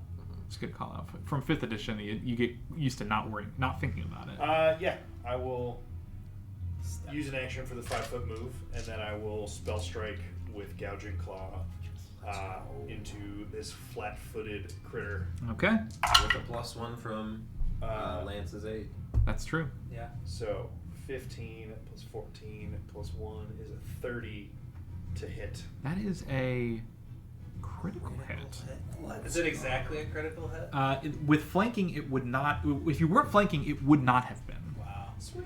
Actually, it would also not have been if you didn't aid. So I think Yes. we're in a good spot here. Yeah. This is the sort of meat of Pathfinder 2 is this kind of stuff. Double it. Okay, so I've got the roll, and I had, so it's flat-footed, so 16 slashing, Okay, excellent. but that is Not yet doubled Excellent. to 32 slashing, Okay. plus 6 fire. Yes. Okay, well, which doesn't do anything, but yes. Right. And then that's 8 persistent doubled, bleed. Zach. But it's doubled. Yeah, but it is double. It is notably is doubled, but then also 8 persistent bleed damage. Well, as much as I hate to do this to you, the bleeding damage has no effect because he's dead. You strike him down. And you, as the sword comes down, it's still on fire. But if you're, I assume you're probably not facing the crowd of dead people. Right. But you watch the blade it's not obvious as the swing starts and makes contact, but basically as it gets pulled out, the end of the blade is jagged and in weird ways. Cool. So it's it's piercing or slashing depending on what I choose, if that matters. But but as soon as the swing is done, it just morphs back to looking like a normal blade. Excellent. That is on fire still. Excellent. Well, yeah, devastating. Absolutely devastating. You feel like you're positioning the sort of perfect distraction. Everything comes together in this moment, and like you said, nothing left. Anything else with your turn? I have no more actions. Perfect. That brings us to the bottom of our initiative order. All right. So this guy looks tougher than the other ones, and maybe. Well, you don't know tougher, but it's clear to you that he's much more practiced with his weapon than all the rest of them. Do I see anyone else coming specifically within 120 feet? You know what? Let me see here. Yeah, see anyone else what? Anyone else coming down the road? Because he just called out a turn or two ago. You're right, he did. We're townspeople trying Turns to in escape. this 6 seconds. Is it the same thing? Yeah, pretty sure. I assume so.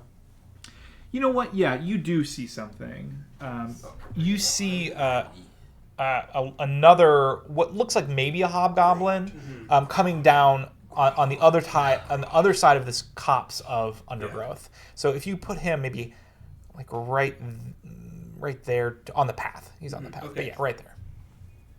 Now he looks tougher than the other guys, or No, from where you can tell, he just looks like a hobgoblin. okay. All right, then Hobgoblins look like bugbears. Yeah, It must be useful for my purposes. Yeah, a specific region. So Kev, remember when you were talking about my imaginary weapons before? Yeah. I'm going to cast imaginary weapon, and I am going to amp it. So Okay. I can make, and because of ghostly carrier, the way that works is I can deliver touch spells from up to 120 feet away. Is it an attack roll? Yes, and what's it called is it's an attack roll. I will need a flat check because of concealment from the copse of undergrowth. Oh, Well, you're targeting this guy. I'm right? targeting that guy. Or a new guy. I'm gonna target these two guys. Oh, you hit 2. Oh. Okay, which one on this side? The bow guy. Okay, the one I can see. so the concealment will only matter for the one over here, and that's just a flat check. 7. That's successful. Yes. All right. So whatever it's called is 5, yeah. So whatever. but it's nothing modifies. So for it. these two Yeah, attacks, flat I makes don't sense. increase my map until after both attacks are made. So they're both made Oh. at my normal. Oh, so you can use your full attack bonus. Yes. For That's both of cool. those. That's Yeah, cool. When I amp it, so you can only when you amp it, you can attack 2. Normally you can. That's only good, attack though. 1. Oh, it's yeah. That is good. So first attack on faraway guy. It's going to be a 23. Nice. That hits. Second guy. 23. That definitely hits. And it's going to do That 23 misses. 68 damage. Yeah, that one for some reason just went worse. Where are the d8s? These ones? Yep, that's the 8. 1, 2. Usually, Just keep rolling them. not a ton of d8s around. Usually, 5 d6s, yes, not d8s. plus 9, so that's another 14. That is some awful rolling, but it's going to be 20 points of slashing damage to both of them. Oh, the same roll applies to both. Or do I roll differently? I'm fine rolling differently. Normally, you roll once and then the damage, like a fireball, you roll once, the damage Yeah. applies to all of them. It would be the same thing. Makes Okay. sense because it's the same. Yeah, so they'll both take 20 points of slashing damage as like the hand flies forward, and then all of a sudden a giant like Zweihander manifests out of nowhere, and it just swings at this guy, Mind bullets. and then it like twirls around, it like boomerangs around, and it just goes straight for this guy and goes right for his head on a slash. So, I'm imagining this like it doesn't miss, right? Like it goes right through this this hobgoblin, Mm-hmm. but like it's insubstantial. It's like invisible. So like it goes right through him, and he's like, "How am I not dead?" And then he just it becomes a weapon of force. So it's like okay. it does. I think you create a simple weapon of Murdered force. by Is Bubble the, Buddy. so I Okay. don't know what It's that. a It has the lightsaber. force tag. I don't know if that means it's insubstantial. It just does. It just means it does Yeah. force damage. Oh, okay. It strikes this Yeah. this goblin, and you can see him being like sort of confused as to what the hell Yeah. just happened. But you see blood well up like across his chest and on both of his biceps as it just like like wounds open up, and he's like, Yeah. and he in his confusion, he sort of takes his eyes off of the battleground, and in the distance. On the other side of the battleground, you just hear someone go, "Oh!" And then you just hear a loud thump as he falls into the... Incredible. Right. We could have befriended these people. I'm sure. And then I will. I guess I have one more action. Befriended them. I don't know. Can I just recall? Is there anything else I can recall knowledge about? about these guys, or? You can certainly try again, absolutely. Do you have any specific thing you'd like to know? Otherwise, I'll just give you, information based on your roll. No. He just He's injured severely, but he's confused more than anything. I'm just gonna move actually. Okay. 2, 3, 4, 5. Right. Another hobgoblin rounds the corner. His speed is 30 feet. If you make him double move, please.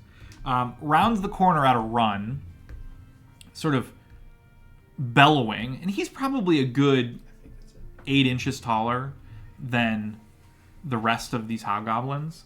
And unlike the rest of the hobgoblins, he has a great club that he's sort of dragging behind him as he runs. It's a nice club. great.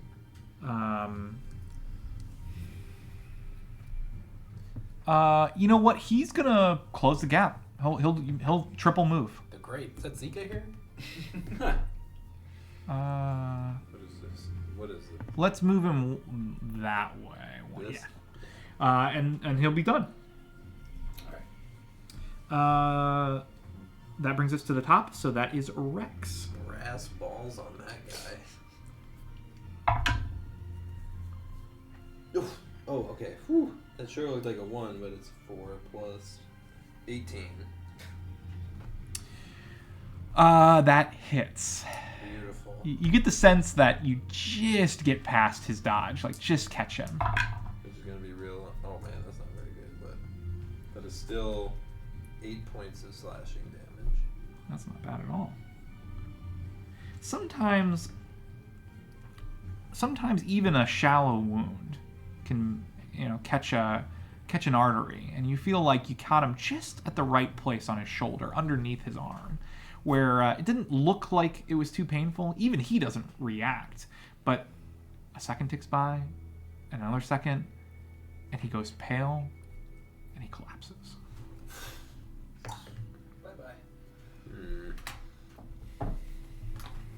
I look over at big guy who just approached all 3 of them, and then guy who's far away.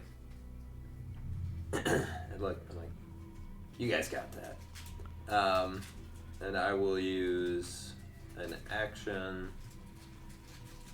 to move, so 10, 20. Will it still be difficult at this point, or is that just a 5? That's 5. Okay. So then 25.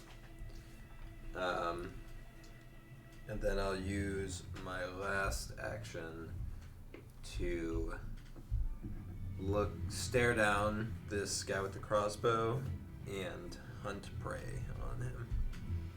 He meets your stare. Eat, hunt, prey. Recall him. Oh yeah, that's right. I Free. hunted prey, so I get a free recall knowledge. I want to. This might be nature. I assume it's probably nature. But I want to know if I have any idea where, so I know it's a hobgoblin. Yeah. If I know where these, have I heard of or a place, where these usually live? Because we don't see them in the Vale, Very ever, right? rarely. Yeah. So where do they usually live? Where would they usually come from? Okay. Yeah, go ahead and roll me a nature, please. That will be, Ooh, that was good. yeah. Do I get an extra bonus on that? On hunted prey, you might. For bounty hunters. Whoops. No, not there. Okay. If you crit, you get an extra. Oh yeah, that's true. That's gonna be 24. Yeah. You, to answer your question, the south in the mountains, it is well known to you that there are tribes of goblinoids, including hobgoblins, that live in the mountains. But they generally, far as you're aware, are a dwarven problem. Yeah. The settlements there that the dwarves keep have to deal with the tribes on occasion, much like you occasionally find a goblin or a beast in the Witchwood. But we are far away from the Wormsmoke Mountains to the south. So yeah, it's strange. But yeah, to answer your question, it would be certainly deep in the mountains too. Not even at the foot of the mountains. It would be up in the rough parts of the mountains. Okay. You rolled well. Is there anything else you'd like to know about the hobgoblins?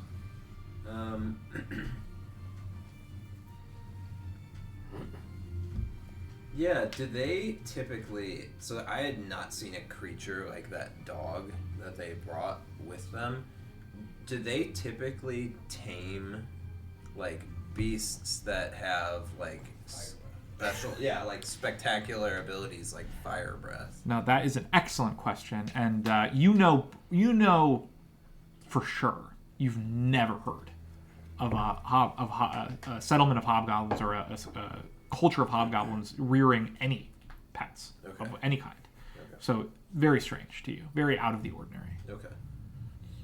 Yeah, good question. Cool. Good question. All right, that's it for Rex's turn. Rhetoric. I'm gonna stride, my mount. One. I'm just gonna use my distance for now. 1, That's what I usually do. 2, 3, 4, because of the difficult terrain. Are you moving with your mount or without? Yeah, with a mount. It's just that it's harder. It's easier to see. Is the mount large or is it It's medium? large. So that would all be difficult terrain. All difficult terrain. Oh, Yeah. so I'm just touching it at all. Yeah. Okay, so 1, 2. Okay, then I will use an action to command an animal. Okay. So that'll give it double its movement for the turn. Oh yeah. 1, 2, 3.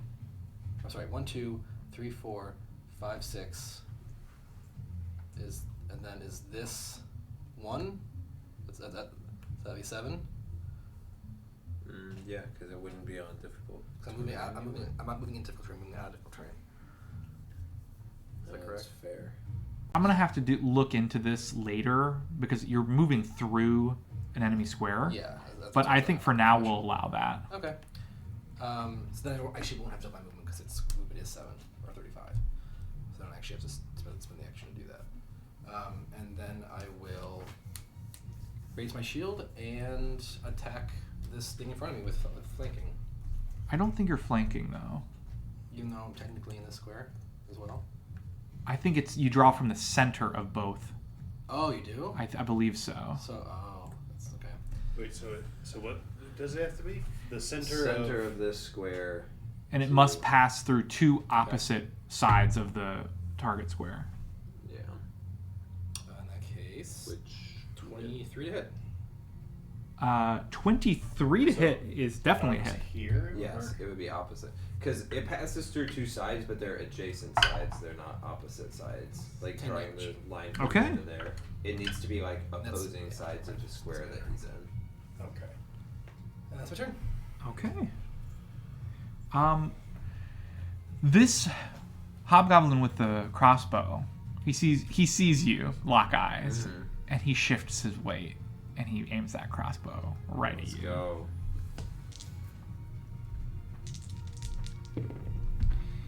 22 to hit. That just hits perfectly.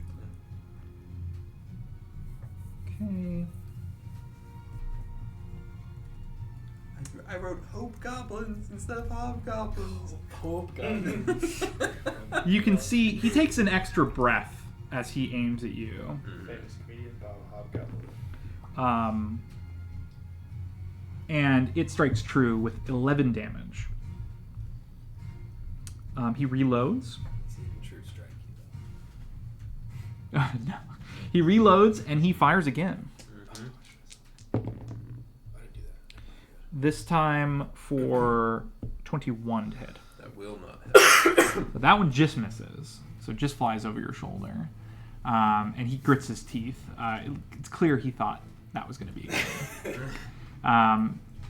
that brings us to Davian. Alright. So, I have a class feature called Magus' Analysis. Okay. Basically, I attempt to recall knowledge check about a creature. I get a +1 if I've hit it this turn. If your check is successful, recharge your spell strike. So I guess a recall knowledge skill check. To recharge your spell strike. What can I, or I guess what information can I try and recall? I guess, or like, am I able to be like, do I know what save they're bad at, or where are these hobgoblins probably from, or like, is it kind of just anything? Just in the DC just kind of varies based on.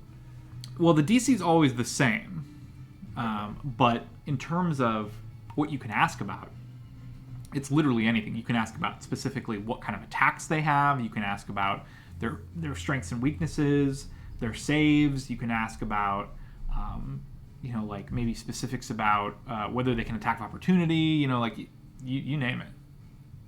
Gotcha. All right. Well, we'll give this a swing, or give this a shot. I will try to recall knowledge about this guy, and I guess it'll be if he has any like physical damage vulnerabilities. I don't really think there are any, but yeah, does that sound reasonable? Yeah, absolutely. Now, are you? Yeah, okay. And this is more about for hobgoblins in general, I imagine. Not a specific creature. Not specifically Stan the Hobgoblin, but in general, yeah. Okay. Well, wait, actually. So, does doing a concentration thing tend to provoke attacks of opportunity?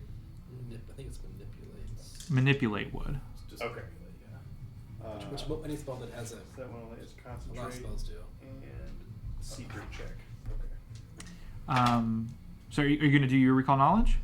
Yes. I need a society or nature.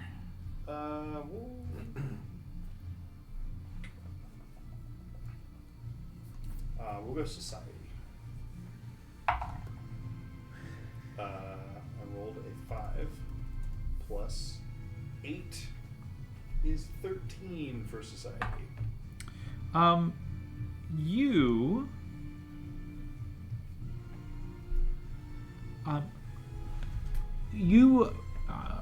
basically recall that these creatures aren't that different from your fellow humans in terms of their weaknesses. They're generally a little stronger physically than your average human, but weakness-wise, pretty much the same. Okay. So is that check considered successful? That's considered successful. All right, cool.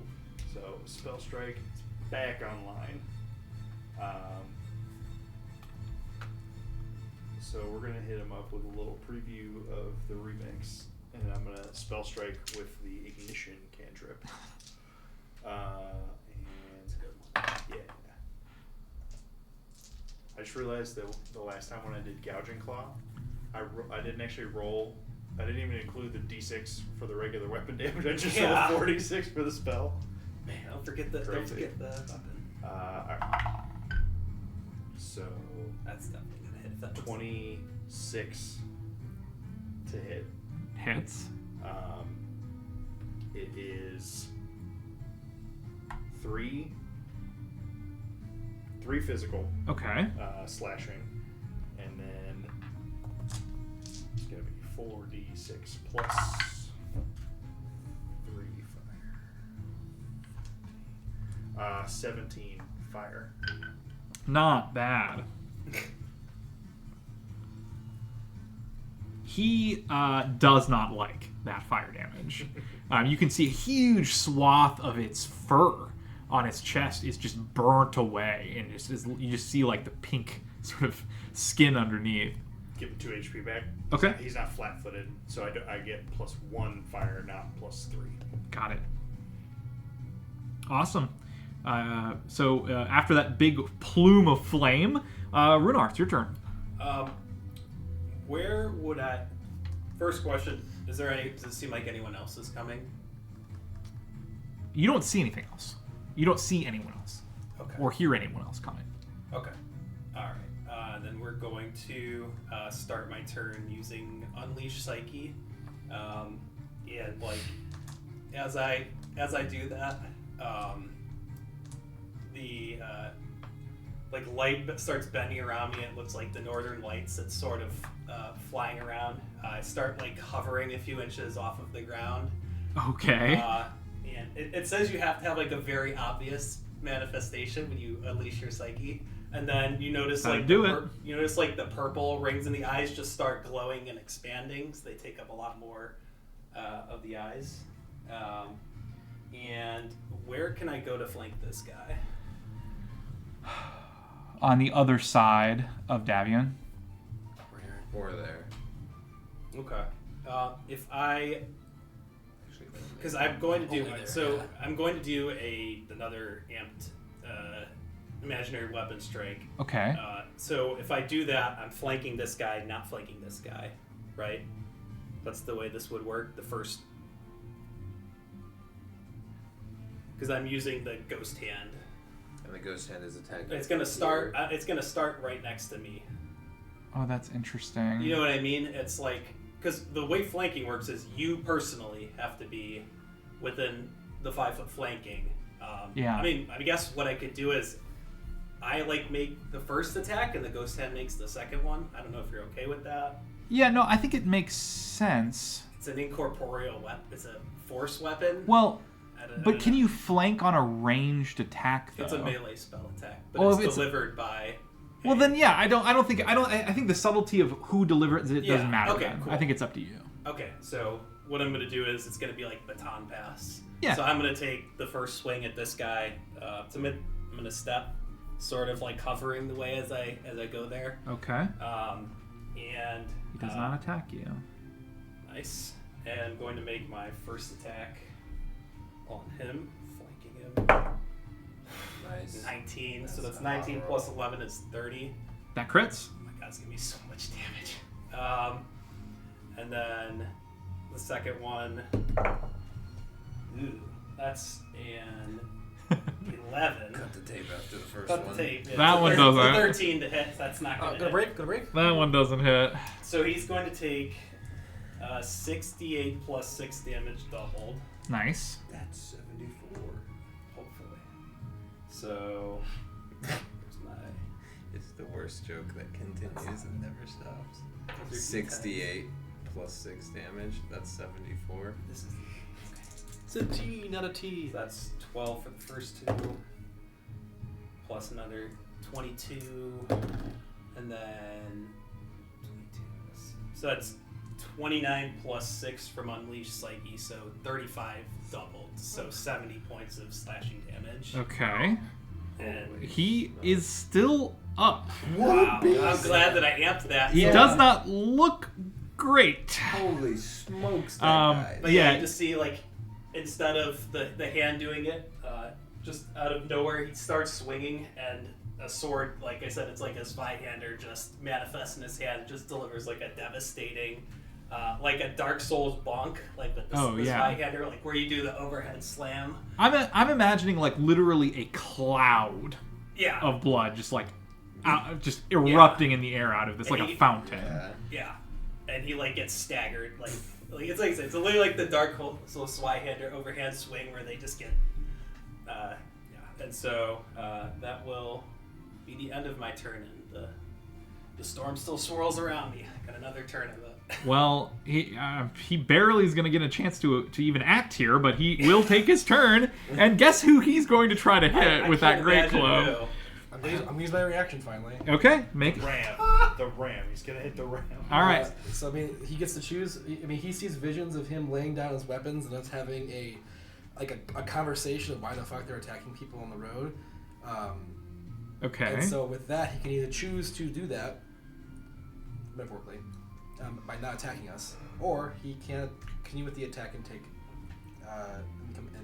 negative effects. As the air is still stained with his own blood, I think he's not going to think too long. This is not too surprising about that option. Okay. So he's going to attack. Does anything happen before, or does it happen immediately after? Not to him, no. Okay. You take 7 reduced damage. Okay. Wow, I cannot roll. 14 to hit. I'll miss. Oh, never mind. But he's going to attack again. I don't know if that matters for you.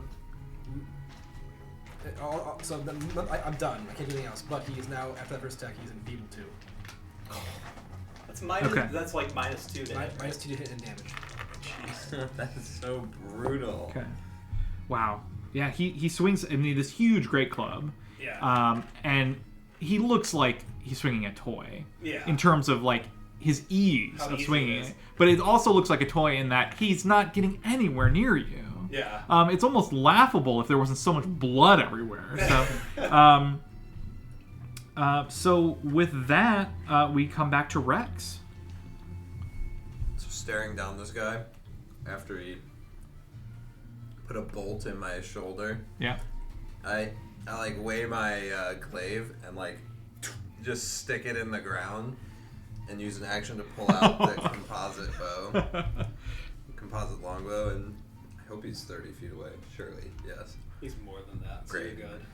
I get if it's less than 30 with the longbow, it's some kind of penalty. You take like a -2, I think. Okay. Volley is the. Yeah, volley. So, I'm gonna shoot him. All right. And what's great about this is he's my hunted prey.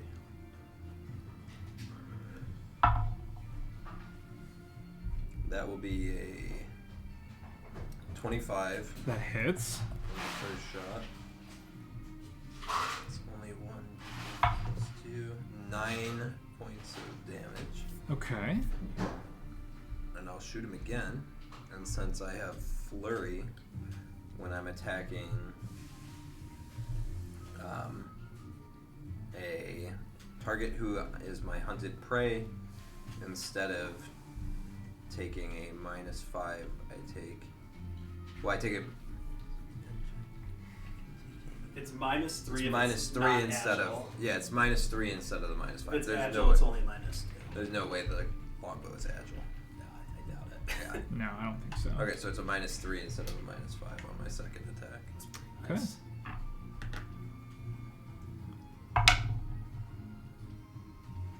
Okay, that's good. So that's 27 -3, so 24. That hits. Beautiful.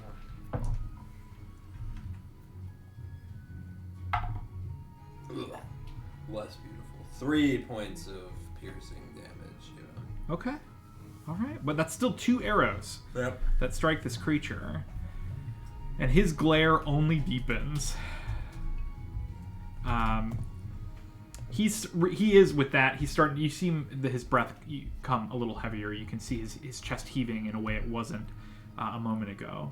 And that brings us to Redrick. I'm gonna raise my shield and strike at the guy right in front of me. It's bonk time. It's plus 14. That was 20 to hit. Not very good. He's flanking, so maybe it'll hit. That hits. That hits. Okay. You guys all plus 14 to hit. Yeah. I'm so jealous. I'm plus 11. 11 damage. That was high. My spell attacks plus 11. He was barely standing. Okay. You basically tip him over, is what you do. You give him a light hit on the shoulder, light cut, and he just collapses. So is he the same creature as these other guys, or? Yes, he's just physically bigger. Yeah. He's just hench. I'm going to cast Stabilize on him, Okay. and then use my free stride per turn to 1, 2, 3, 4,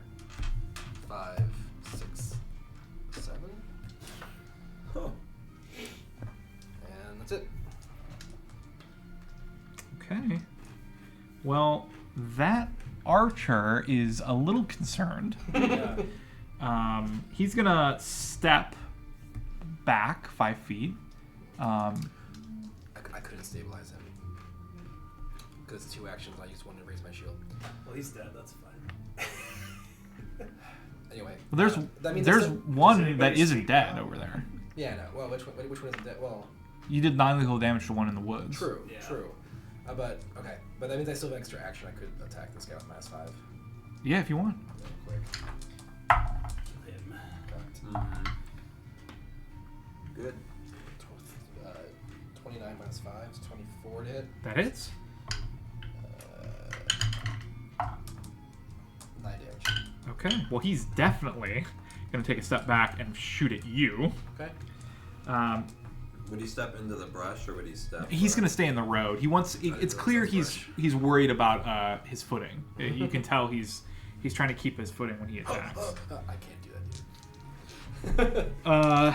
And he kind of just shoots point blank at you. Sure. Does he have volley? 22 to hit. Crossbow. No.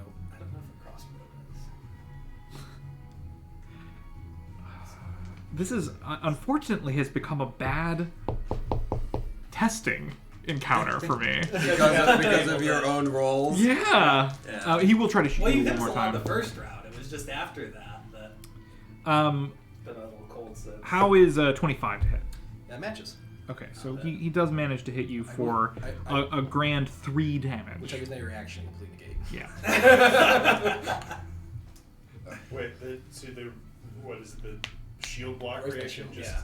No, shield block increases your, or raising your shield, increases your AC by 2. Shield block to reduce the damage you take. And if it's less than the hardness of the shield, it doesn't even do anything. Correct. And since it's so little damage, although does the piercing doesn't matter, right? No. To the shield, Damage I type doesn't. didn't think so. oh man, shield cantrip. Oh yeah. We're good. Yeah. And that brings us to Davian. All right. I'm fast as fuck, boy. Boy. I'm going to use my. Is it 5?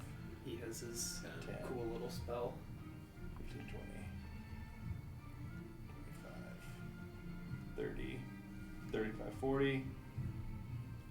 And I'm going to use a second action to move 40 again. While I am in my cascade stance, I get plus 10 move speed. Okay. I switched my armor. I had forgotten about this. I was like, oh, well, I'll take leather because it's plus 1 armor for now. But I switched it just back to explorer's clothing because if I am unarmored, then instead of plus 5, I get plus 10 when I'm in the stance. So you are not armored. I am not armored. Okay. Cool. Yeah. Cool. Very cool.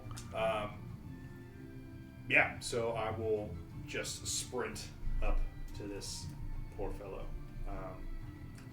and make a good old-fashioned strike. Okay.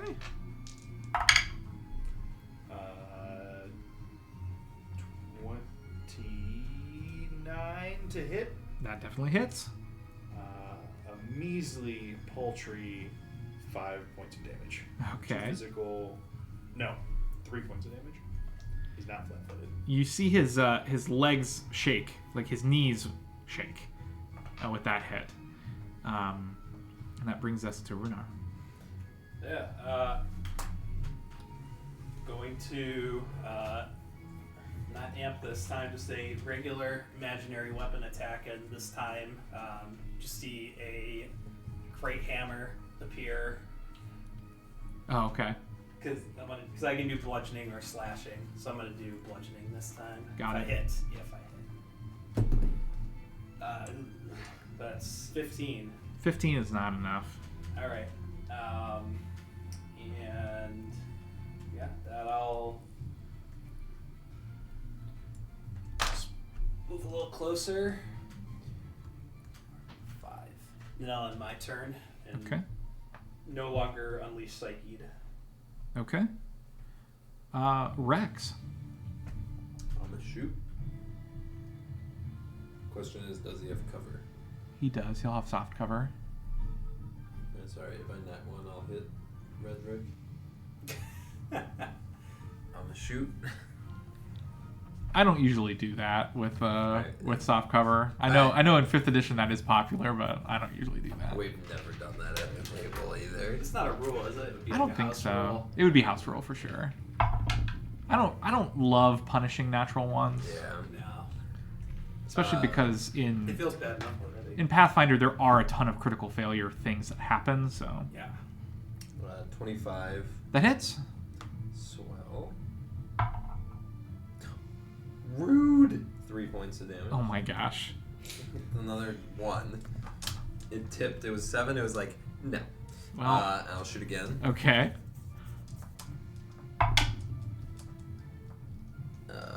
27. That hits. You can't betray me continuously. 5 points of damage. And he goes down. Beautiful. Nice. And I go to knock another arrow because it's airtime, and then I just see him drop, and I'm like, He's got like 4 or 5 arrows sticking out of him Yeah. at this point, and he just sort of his knees buckle. He collapses, and the last minute or so of violence grinds to a halt, and the Dawnway is quiet. The Dawnway is quiet. Shall we take a brief intermission? yeah. So All she right. got a sandwich. Yeah. Excellent.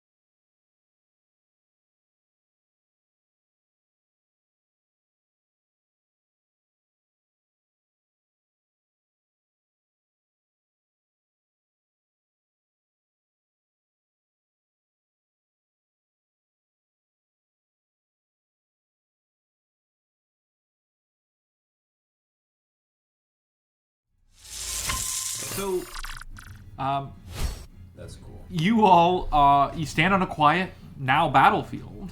What would you like to do? Change the soundtrack to something less bad. Right. So, those who have been, well, everybody has been with me for quite some time now.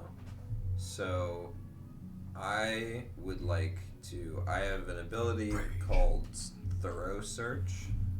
I think search is an action, right? It is. Yeah, and I think I forget what the timing is for it, but Thorough Search.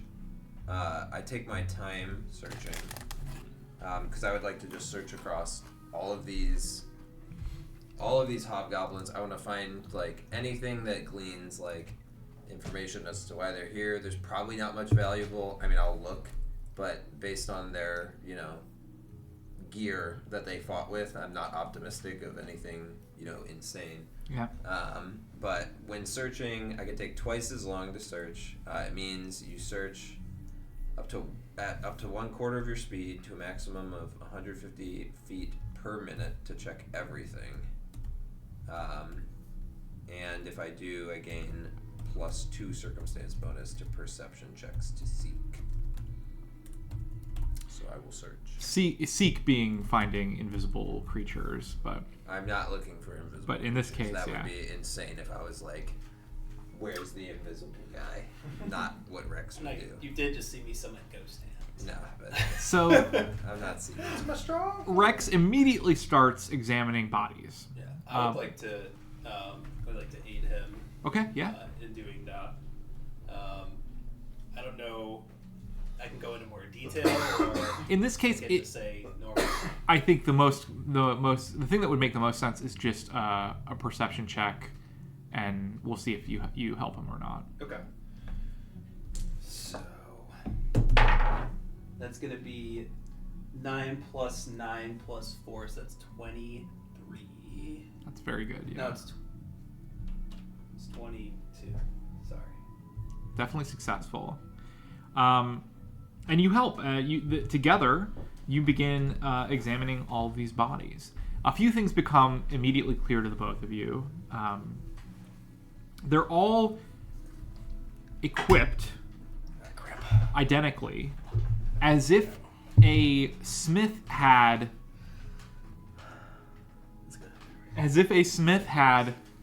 made these weapons en masse, right? They're like mass produced. Yeah.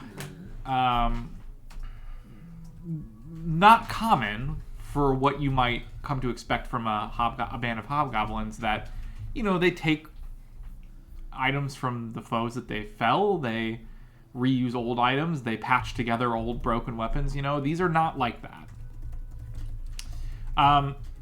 Their armor sort of perhaps making it clear why you were able to slash through it with such ease, especially Rex. It's actually hide armor that they've sort of covered with pieces of like tin and old iron and things to make it look a little more menacing. Like half plate, but it's like. But it's not actually effective. It's jury-rigged half plate. Interesting. One interesting thing that you are actually able to find, they all have short bows, they all have long swords, right? If you want any of them. They all have a couple of a bundle of arrows as well, if you need arrows. However, you do find something interesting. Tied around the wrist of the hobgoblin that was assaulting you with his crossbow, you find a charm attached to a leather band. It looks like this. It appears to be some sort of holy symbol. For the table. Pentagrams are always They're things. good. They usually indicate allies. I have religion. Assuming he shows it to me. For sure. I would check with. Hey, could I check with occult? I don't know if that's a a occult symbol. It seems very occulty to me, but While this is going down, when they start going over the bodies initially, I'm going to pull up my left sleeve, which reveals a large tattoo of a hawk. Okay. And it will actually emerge from the tattoo, and there will be my familiar perched on my arm. And I will Neat trick. set him up to see if there's anything more nearby. So basically, as long as it's within a mile of me, it can communicate empathically. Okay. So Rad. yeah, I was this close to taking that and having a raven. Even though I knew you were taking the hawk, I was like, might get a raven. And then I was like, if it dies, the tattoo's mundane. I was like, sad. now you're just stuck with a lame tattoo. Well, it's a cool tattoo. You're starting with a memory. well, can't you? Is if that you're the familiar tattoo? Yeah, it is. But I thought that If there it was dies, the tattoo becomes mundane. but you can, if your familiar dies, you can spend a week of downtime to replace it at no cost. You can only have one familiar at a time. I guess I don't know how that would. If I would need a new tattoo if I'm sort of To Ooh. store it. respawning my hawk, but we'll cross that. We'll cross that Yeah, bridge yeah, when we yeah, yeah. come to I'm it. just going to tell LaRue and just be like, As long as he's not in the fight, Yeah, attacking yeah, people, I mean, he's it probably would- not going to get shot. It would be at. very unlikely. He's not really Like, how many creatures can be able to catch a hawk that's not right in their face? How many creatures can be able to catch a hawk that's in their face? Yeah. To be honest. Yeah. So it's also definitely So, more you. I don't know if you want me to like the help him, combatant. or should I roll a cult separately? I'll just use your separate checks. I actually have your score. So,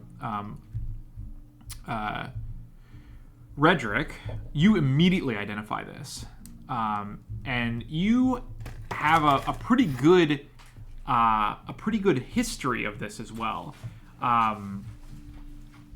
Runar, you recognize it too. It takes you a little longer. Yeah. And you're not intimately familiar with this god, but you have heard of it before. It goes by the name of Moloch. That sounds like that. Never heard a goblin god. So you, Runar, you know it is an evil, despicable religion or god, but you don't know much more than that, and you recognize you know the name. However, Redrick, you know Moloch. You know Moloch is a real piece of work, an archdemon of one of the layers of hell, a general of hell's armies, and a ruthless bloodletter across all planes of existence where his forces are amassed. He's also known as a couple of things: the Lord of Six, the Ashen Bull, and in general, he is considered one of the most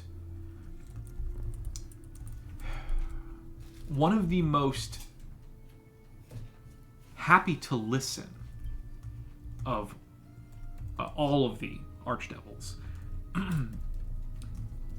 which is why he has so many followers. In exchange for your soul, Moloch often will answer those who call to him in need. it's M-O-L-L-I-C-K? Moloch. The fuck? When was that spelled? It wasn't. I just know that one. Yeah. I assumed it was specific to this setting. God, okay. It's like an Asmodeus Mephistopheles level name across systems. Moloch is insidious in that way. It's easy for him to draw followers when there are so many stories of his boons. Yeah, his helping people. But you've never seen a Moloch follower in the Vale before. So, do I recognize these creatures from the dwarven areas then, based on what he was saying earlier? Absolutely. Okay. You probably wouldn't have fought them yourself as a child or whatever, as a young man. Yeah, probably not. But you'd know about them, certainly. I am going to... like probably when he starts his search, I went upstairs to get my passport or something. But I'm going to drag the 2 I didn't kill out of the woods. Okay. And bring them to the road. Yeah. Your bird shares with you that it smells something on the air coming from the farmhouse, which is basically right where your dice are on the table. Okay. There's a path that leads up there through the thicket.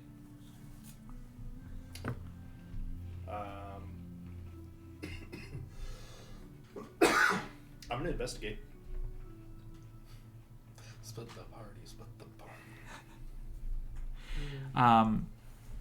You see what is really just the remains of the farmhouse. Maybe 4 or 5 foot high walls and rubble. There is no roof here. This is not an actual home anymore.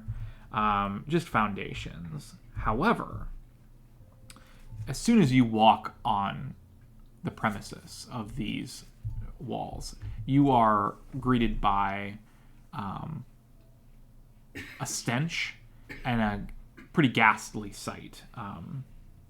There are corpses strewn all around. And now that you know what you're looking for, you can kind of see where they've been dragged from the road through the thicket and dumped here in the ruins of the farmhouse. It looks like I feel less bad for killing them now. It looks like some guards, maybe, judging by the weapons and armor on some of them, and some civilians, maybe farmers. It's hard to tell, but at a glance, certainly not seasoned warriors or anything like that.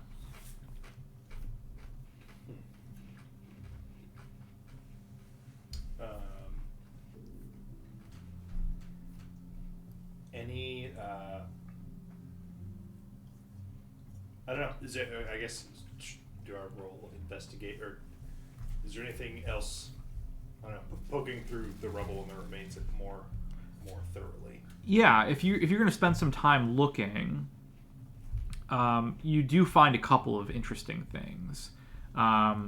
Judging by the small lockbox of gold that you find sort of hidden under a large rock in the corner next to one of the corpses, you're guessing this was probably a merchant that was killed. And opening it and taking a look is 350 gold. Yeah. So Somebody's getting 175 new horses. clearly they had been here for some time. How long, you're not sure. Apart from that, the guards were also dressed in some manner of hide or leather armor, now cut to pieces, and they had bows and long swords as well. But besides that, there's nothing much else you find here in the farmhouse. How much does a... So I know I just found actual 350 gold, but random swords and weapons and stuff. If we just showed up to a city with hey, we have a bunch of just stuff to sell, that's it. Reasonable venture? Is it just a... I don't know. Depends on how badly we scare people beforehand. We spread rumors about hobgoblins.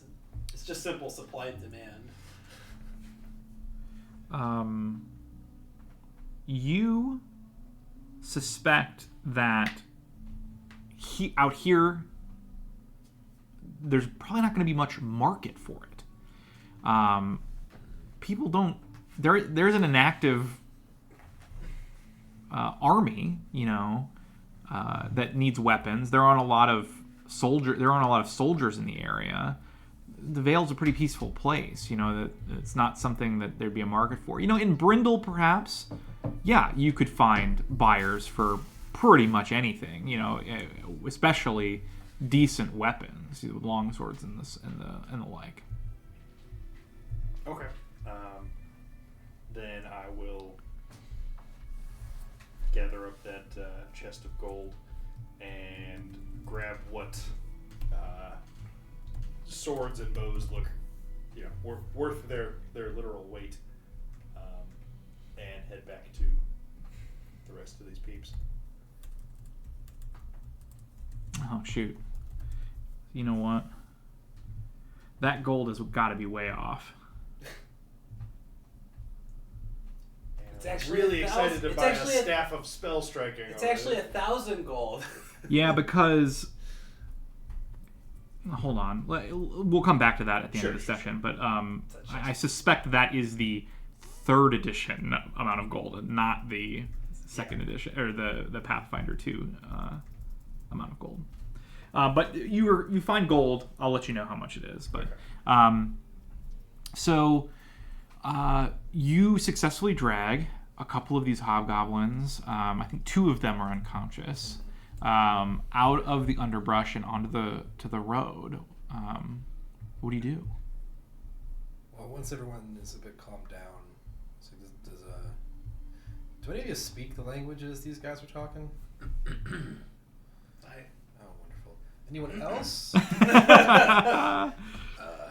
Nope, I lost that particular coin toss. I definitely speak their other language as I am cleaning the blood off of my glaive.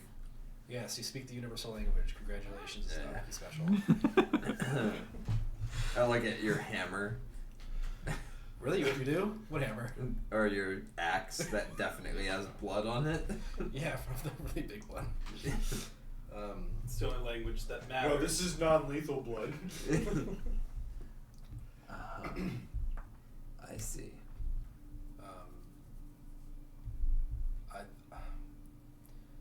You said all of the animals were displaced. I'm wondering if these people were also displaced, and if so, we can ask them why. I think it's far more likely they're the reason the animals were displaced. I don't know if they would have made. Well, that's Oh, still an answer. That's still more information than we had before. Could be a little column A, little column B. Did you tell us what you found? No, I assume I'm not back yet. Okay. You think we're the first ones that they've jumped and attacked? Doubt it. Why? No reason. Yeah, I'm not saying they don't deserve death yet. I'm just saying they might have some information in them. And then we kill them. Also, just based on the way they fought, these people clearly aren't. Maybe the 2 of them, the big guy and the one in the far back who was giving the orders. But aside from those 2, I don't know if the rest of these people were even, generally always violent. I'm guessing they might have been. But a quick talk to them should probably reveal us that. Any of you good at also discerning if people are making shit up or not? I have a certain talent for it. Of course you do. What is that in this? It's perception. What do I need to explain course. instead of insight check in this system? I happen to be exquisite at telling when people are bullshitting, which is why it's sometimes frustrating when you tell me your opinions. I also have. But actually, what is the insight check equivalent? It's perception. Yeah, it's just perception. Just the gods. Yeah. It's, Yeah, I know, right? You also I've noticed I'm a terrible liar. Yeah. Yeah. Which is, again, adds into the point of why when you're like, oh, we shouldn't do this, I'm like, damn it, he's being genuine. That's so annoying. Shit, he really needs it. So I'm going to get my healer's kit out.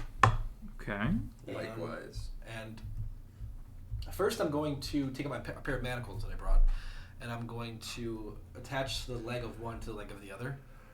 Yeah. And then I'm going to bring one back to consciousness, assuming that I've taken away all his weapons. Okay. And assuming you're there, I'm going to try to bring him back to consciousness using medicine check, which I don't know how. Before he does that, I will do it to myself to increase my HP before we revive enemies. Okay. Yeah, I'm gonna refocus and treat wounds myself. I will as wait well. as long as we need. You guys Okay. want to. I only need 10 minutes. I need... Probably. We'll see. It fails. Never mind. I'm fine. It's only 2 hit points. I Yeah. critically succeeded. 28. Nice. So I will refocus and get my focus points back.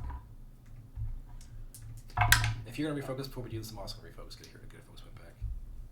I will get back to the group while they're all refocusing, and I will drop an armful of swords and however many else there are, and I guess while they're all refocusing, I'm just gonna go around and collect all of the hobgoblin weapons too.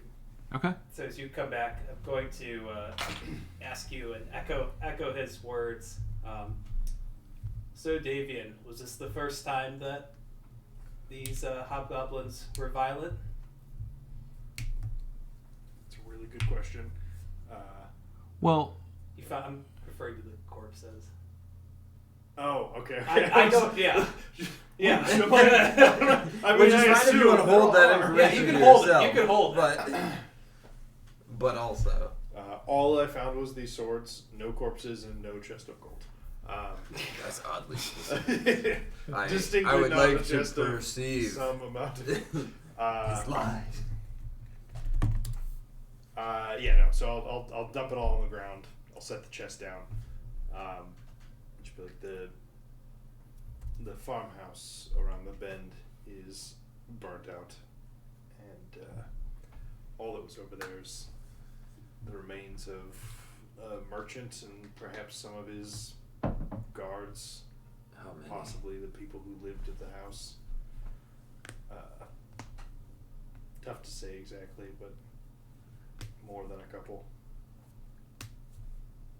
And just give a side look at Redrick. I see.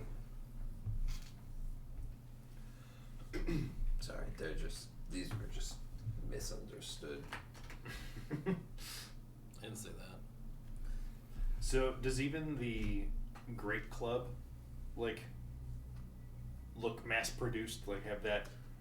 the Great Club just looks like a log, basically, that they Yeah. chiseled out. It's a great club. It's a very effective, but it's not pretty. It's not a pretty thing to look at. But the rest of them, or all the rest of the peons, they sort of have that kind of. Serviceable steel weapons. They're not pretty. You can see the hammer blows on them. They're not all dead straight. But they're all functional, and they're all clearly made by the same group or same team of smiths. Agent Smith. All right, so there was 1, 2, 3, There are 4, 10. 10 total. 10 of the regular hobgoblins, 10 regular hobgoblins. and then there were the Two big and Two- one two- big and one smart. yes, yeah.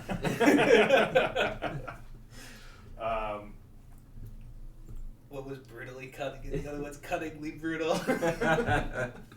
So you wake one of these up. Yeah. Yeah. Well, assuming hold on. Yes. Assuming that the DC to heal is 16. It's 15. Yeah, I'm pretty sure it was You 15. did it. Yeah. 2d8. Give it to him. Heal him up. 1. Wonderful. I love it. 3 total. The conditions are perfect. So this hobgoblin wakes up and immediately sort of screeches, throws sort of whatever he can get his hands on, clumps of dirt at all of you. Scrabbles around, tries to get away, realizes he's locked up, attached to this other hobgoblin. Right? Yeah, he's attached to that. Yeah. This dead weight hobgoblin. Yeah, just like pulls at the chain. And I'm just standing there, sort of crouched down, just staring at him calmly, waiting for him to calm the fuck down. And after it takes a minute or two of him fumbling around, but eventually, he sort of slinks down on his haunches and just sort of sulks in silence. Good. Would you mind translating for me? Why are you and your men down in the valley?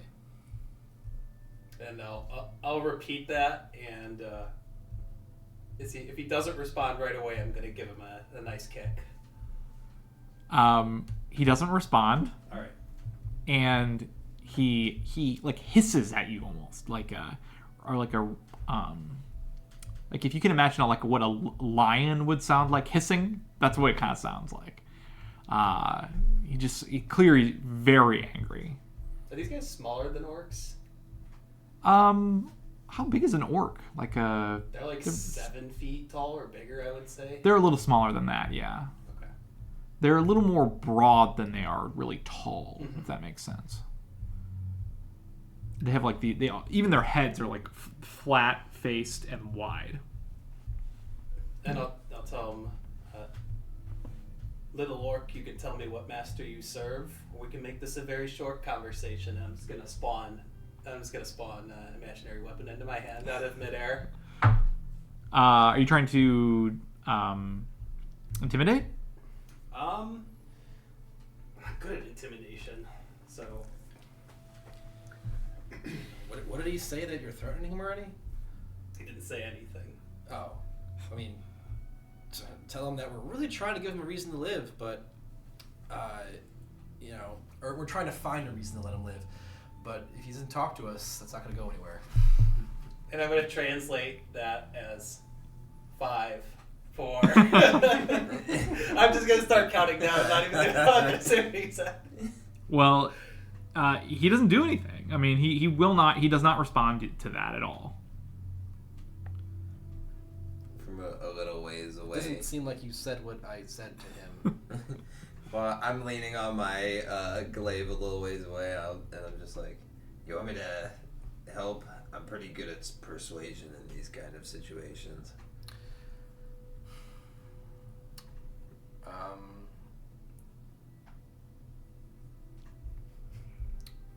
Not yet. I'll take my axe and try and basically Ask him a question. put it up to, just basically lift it up to his neck. Okay. Just, pull his chin up with the axe. Okay. And just last chance. Are you trying to I'm trying to intimidate him. intimidate him? Yeah. Okay. Because I would use diplomacy, but I can't talk to him. So I think it's gonna work. So, are you basically you're trying to coerce him into telling you the truth, right? Mm-hmm. Yeah. And Okay. As this is happening, I use my aura sight. I need to focus on a single living target without blinking for a minute. So, as we're doing this, I have not blinked. Okay. You really noticed that, but I've been focused on him. I'm not looking at you, that's for Yeah, sure. and after that minute, I can perceive any and all of the following: the target's current apparent attitude toward you, its current emotional state, a general assessment of physical health, such as what conditions and afflictions it have. You might need to succeed an occultism check against the affliction or condition to detect the presence of a specifically hidden condition or affliction. Then, if it tries to deceive me, then I roll an occultism check against it. Well, he's hostile. Yeah, He's miserable, makes and sense. he's very close to dying. Makes sense. We'll see when the last part comes in, the deception part. Go ahead and make an intimidation check.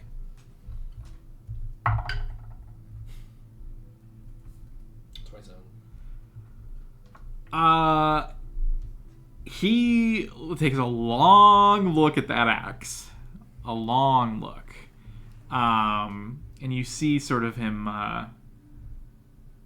you see his breath quicken. You know, you can see his chest moving in and out a little more quickly.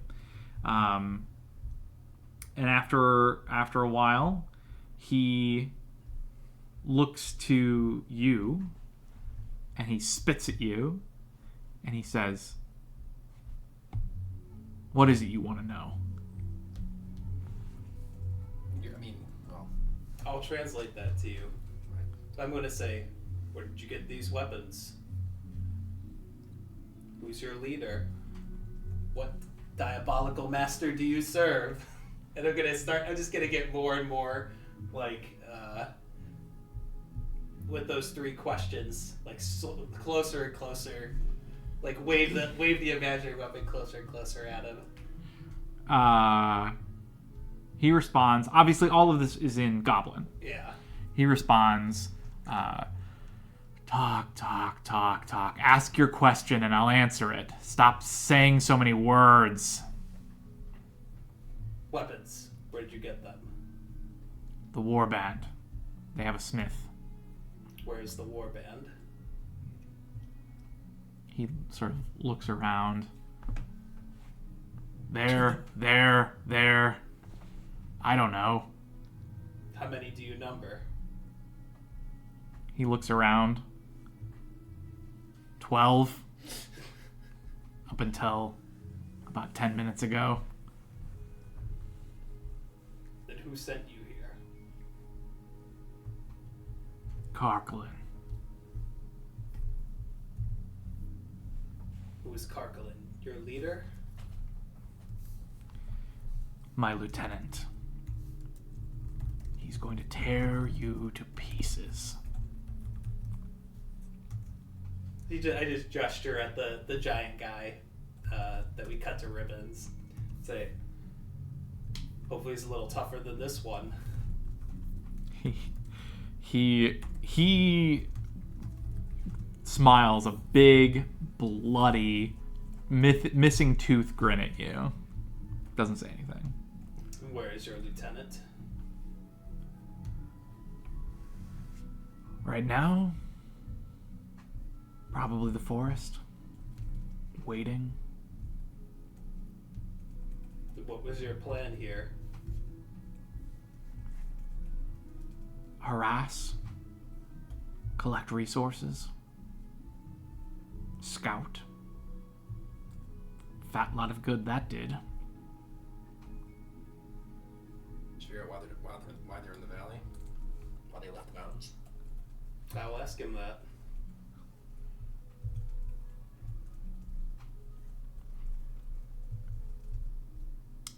What do you ask him specifically?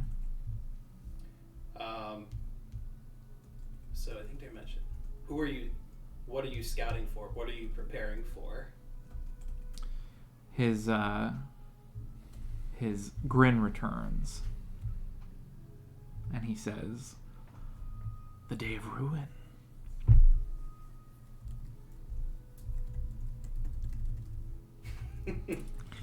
His sort of I also hate Tuesdays. his I'm translating this as I go along to you guys. They left the mountains because they're preparing for the day of... And who leads this day of ruin? Koth. Malak's chosen. We all tremble before Koth, just as you will. It will be so beautiful. So killing that guy. Not if I kill him first. You're petty god. You really think he'll succeed? You are doomed, and so is your cause. This is merely the first hand. He sort of settles back and looks at you and looks at the rest of you, and he says in common, he says, "You may have won today, stupid humans." Yeah, you guys. But our day is coming. The Red Hand will destroy you all. You said the thing, guys. Said the thing in session 1. The Red Hand, what is that? He leans back and just smiles at you all.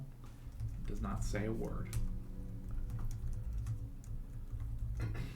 Still leaning on my glaive. Can I kill him now? Do you feel any remorse for the shit you've done whatsoever? I'm gonna. Are you gonna say that? Or are you gonna ask me to translate? No, I say it in common because he was Okay. spoken common. Yeah. He smiles at you. Just his grin just gets bigger and bigger. He's like clearly still severely injured. Like his bloody drool is coming out over his jaw, like where his big canines come out, and he's just drooling all over himself and just having a grand time. I bring my axe down on his chest. Yeah. Still leaning on the pike. Yeah, it's very funny there. That's not a joke. That is well deserved. I'll go the other one. And we do it again. So you take some time and heal the other one? I look at the other one. Oh, okay. I'm debating. Okay, cool. Which one between the two was the one that I used saving the sting on? Was it this one or the other one? Wait, what was that? That ability that made them take mental damage? Oh, that would have been, well, let's find out. That would have been the one you just talked to. It's harder. He did. Yeah, that's fine. Have I ever known one of these creatures to live in normal society among people of the valley?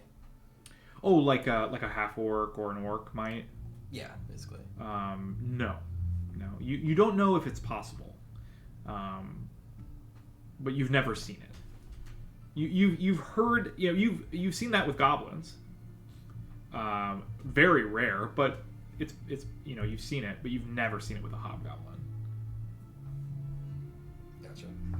What's the difference? I guess it's a knowledge thing, but what would I know? Like, is there like societal differences that would make that the case between goblins and hobgoblins, or like behavioral differences that the 99th percentile goblin could potentially play nice for a little bit, but a hobgoblin never could? You know a little bit about about goblinoids. Mm-hmm. Basically, you haven't studied them. Like you don't know enough about like their inner workings to know exactly, but you suspect it comes down to like partly a social hierarchy. Like goblins tend to organize socially, whereas hobgoblins organize violently. Like they organize under a war leader, like strength first. A military organization. It's military, so they call them lieutenant. So that's like pretty common. It's like a military hierarchy. It's not a like social hierarchy. Right. That could mean a lot of things. Yeah. It could mean just that is the person this hobgoblin grew up following. Yeah. Whereas, goblins tend to have more social structure, which is why you suspect. Yeah. It is sometimes possible for goblins to integrate. After staring at the second hobgoblin for like a solid minute, I'm just gonna solemnly take its head off too. Okay. Don't clap as him, just nod. Well, at that, the road is really quiet. Also, completely littered with corpses. Anything you want to do now that you've kind of found out a little bit of information and have searched the premises searched the area rather. So I'll give having traveled together before, I'll give a sigh, put my glaive on my shoulder and look over at Redrick and say, need to bury these? Maybe not these, but I motion over towards where Davian went. Be nice, but frankly, just getting them off the road's enough for me. They'll do nature better. Could burn them. Burning does purify. so joyful. Right. You concern me. And Have you seen what I've seen in the north? No, you burn anything that's dead. It burns some things that are alive. Control. Noted. Perfect response. I feel like there's reasonably two things to do with these corpses. One, we either burn them all somewhere and sort of hide them discreetly, or as discreetly as you can hide a dozen dead hobgoblins. I mean, Oh, I don't care. Or we drag them to the road. you said there were As a corpses in warning. that house, right? Yeah, those are Yeah. the only ones I actually. Yeah. There are 5 human corpses. I mean, maybe we just turn the whole thing into a funeral pyre. Get rid of the house with it. I mean, the thing's falling apart, right? It's disrepair. It's just stones. Yeah, Oh, it's stone walls about 4 or 5 feet tall. Then it can't. Well, we could. I mean, that basically makes a giant fire pit. Then won't technically catch the house. I mean, fire won't spread then, right? Theoretically. The desire to leave a calling card. My Reese is showing so badly to be like, don't fuck with me. But What do you guys think? So I wouldn't burn these scum with the people of the house. Well, I mean, that's much. I'm good either way. Funeral pyre is a matter of honor. I think These creatures have no honor. I think we literally just drag all of the hobgoblin corpses and just leave them on the road. We could line them up. It's but like a warning in the figurative and literal sense that if other people pass by, they're like, "There's a bunch of dead hobgoblins here. That's weird." Or the rest of their comrades are like, "Dang, somebody took out a dozen people." Are you going to leave them in a pile? I'd like to burn it. How gods are the Hobgoblins. people? The people were already What do you burnt. what do you right? want to burn? Not burnt, just dead. Oh, okay. Yeah. I just wouldn't want to burn them both in the same pyre. Likewise. That's all I'm saying. Disrespectful. It's disrespectful. I'm fine So- burning both of them. I just don't want to have it be a joint. Hobgoblins we drag here. I'm leery of leaving too much evidence and of our methods potentially. So I'm fine burning them. This one won't burn. Yeah. He's got a point. Yeah. Okay. Well, if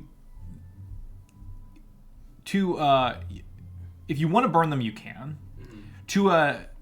To a passerby that isn't looking, the undergrowth is thick enough that they probably wouldn't even notice that there's a pile of corpses there. So it's up to you what you want to Maybe do. it's smarter not to. If we burn them, that's smoke, and smoke is A signal. a signal, and a signal means more hobgoblins potentially. Correct. All right, fair. So, yeah, we'll leave mass pile of hobgoblins and dead dog in the brush, and then Bury. I was gonna say bury the people in the farmhouse. Okay.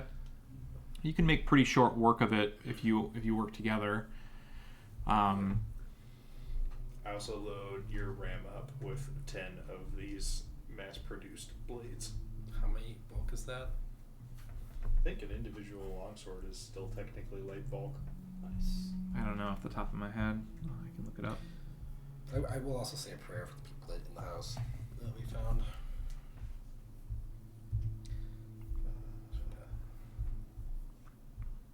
bulk 1. So 10 bulk. Bulk 1 for a longsword. Really? Well, I can. The ram can carry 3 longswords. According to this. Interesting. A short sword is only 0.1 bulk, or at least it might just be my short sword because it's not a regular short sword. I think that's true. I think it's weird. Like the Oh yeah, it's a side effect of simplifying weight. yeah, it means there's an exponential. There's an order of magnitude difference between the weight of a longsword and a short sword. Well, there needs to be a cutoff somewhere. Oh, I know. But I know. Makes sense. It's just funny.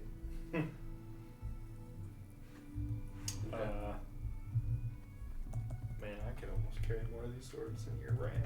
I mean, it could carry 9 before being encumbered. Except that it's already wearing armor.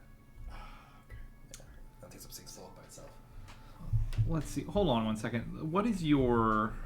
I don't think that's. I think that the way it works is encumbrance is only the stuff that's in your inventory. I don't think it's what you're wearing. Believe that's the case. No, I think what you wear it's is also all in. affects your Okay. bulk. Yeah. Path Builder's definitely Path Builder's definitely counting it. Then I have my tack, I think which is another one. Redrick, you have warfare lore, right? Yeah. I'm trying to think of what else would affect this. Effect. So, in general, in terms of like if you're looking for value, right?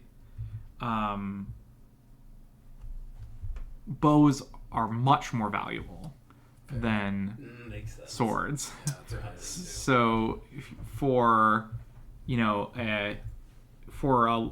one bulk, a short bow is worth 3 times as much as a long sword. Okay. Well, let's take those. So if you're gonna take something, that might be. There's still 1 bulk though. There's a short bow is still 1 bulk. Okay. Take 3 of those instead. What does it being encumbered do? Let's see. How many are you taking of the bows? Well, it depends on the answer to this question. You are clumsy 1 and minus 10 feet to speed. No. Yeah, but I'll load it up to I'll take 8 bows, which Okay. maxes it out, and he's encumbered. how fast is but he? we're 4 miles outside of town, and even with that 10-foot reduction, it's still as fast as we are. Yeah, might as well. Yeah. Not bad. So you're taking 8 bows. Yeah. Okay.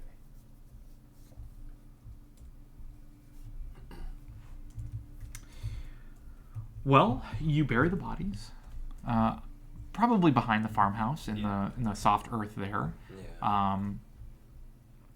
The hobgoblins, from the road, you take a walk around, and you might notice if you were paying very close attention, but to an average passerby, you don't think anyone would notice these creatures are here.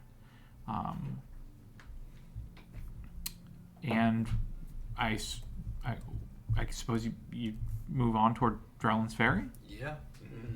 Okay. I do want to see, as we're going, I do want to see if there's signs of the rest of this war band, like along the path, and what direction they might have come from. Still Oh yeah, the running bird. around. That's Oh. kind of the. What's the range on the bird? It can communicate with me up to a mile away. But like, in terms of what it sees or what it searches. That's a great question. So that it's So- weird because the familiars aren't like, oh, it's this creature that has like its full stats and stat block. The familiar is like this like bare bones. You know, you pick your 2 selectable abilities and it gets a default of 25 Yeah. ground speed. There's not really other. So it's just the Stats creature, to it. right? It's like Yeah. so it can communicate with you, and it has basic perception. So I would say it doesn't see any other signs of danger. That being like large groups of people or fires or anything like that. It probably does see the town in the distance, but nothing out of the ordinary. Okay. Cool. Then I will recall Eben back to Love it. my arm. Love it. Well, you make your way toward Drellin's Ferry. The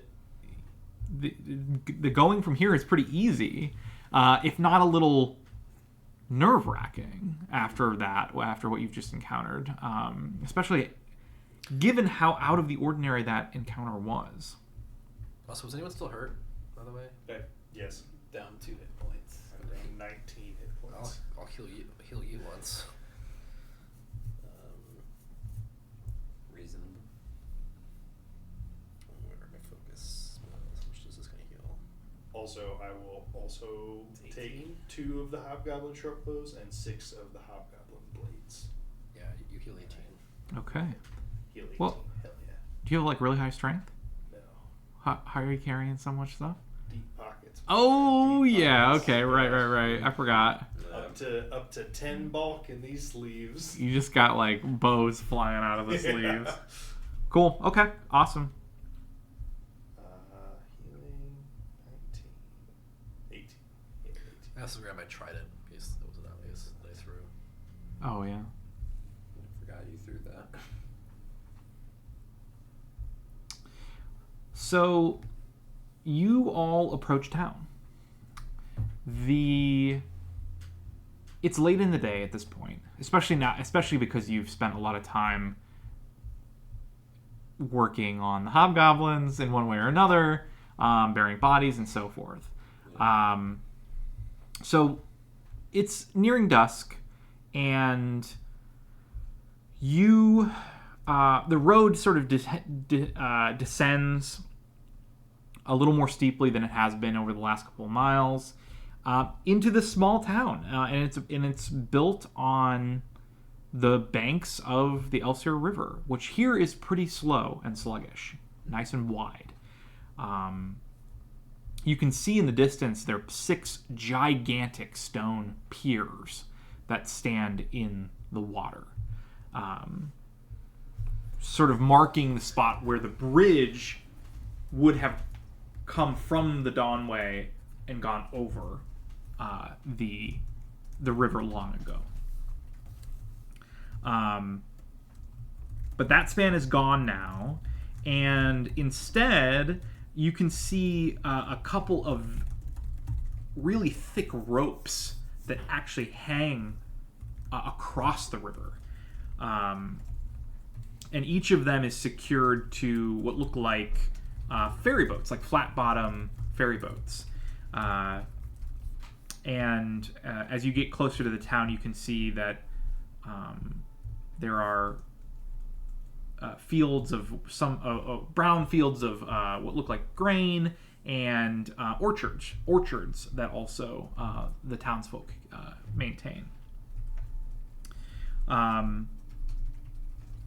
You weren't expecting this, but as you approach the town, you see 4 armed townsfolk sort of stand up off of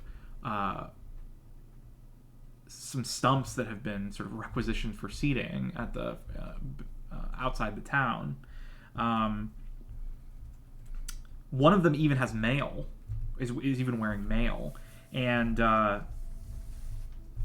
they sort of stand as you approach and watch you very warily. This is not common for any small town in the Vale. So again, odd. The guard wearing mail sort of tersely states, he sort of raises his hand and tersely states, halt, state your business. We're here to deliver a package or a letter from Brindle to Downs Ferry, specifically to. Sorry, I don't. How do I keep these notes? I keep losing. What the fuck? What's her name? Serana. Serana Anita. Serana Anita. I can't find my freaking page. Specifically to Serana. Oh, it's right. It's literally in the page I was looking at. Serana Anita. He raises an eyebrow, but he nods. I'm guessing this, pointing to just like all of the guards that are stationed at Sazan, something to do with the hobgoblins that were down the road a few miles outside of town, because they're taken care of. He raises an eyebrow. Where now?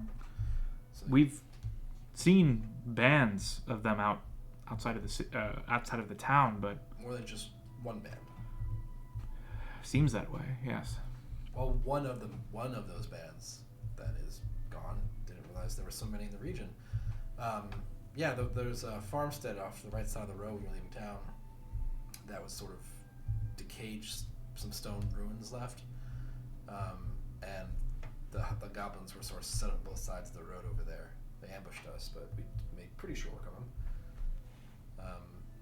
Gathered up the bodies and took them off the road. But Well, you're lucky you came through it. Glad to see you all in one piece. same.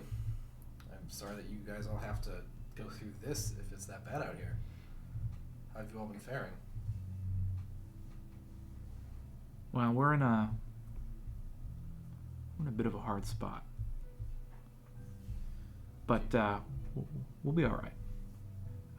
The woman you're looking for, she's my boss of sorts, captain of the town guard. Sure. If you go over to the old toll house, he kind of points to, he gestures to a big stone building, clearly much older than all the other buildings in town. It looks original, like to the Dawn way, that old. Yeah, my grandparents made that one. He says, if you're looking for Serana, you'll find her there. Thanks for the help, and keep an eye out, I guess. Damn. He sort of bites his lip and nods. Head to town unless you have anything else. Just want to say to him, does Brindal know about this? He sort of gives a pretty exaggerated shrug at you. Mm-hmm. Never been to Brindle myself. Couldn't say. But we'll send word to them if we can. Well, if this is Brindle's problem, I think we're in a worse way than we can deal with out here. So, yeah, we'll see what happens. And he'll, as he says that, Runar will say nobles, and he'll say nobles, and he'll just shake his head and roll his eyes in like empathy. You can you sense he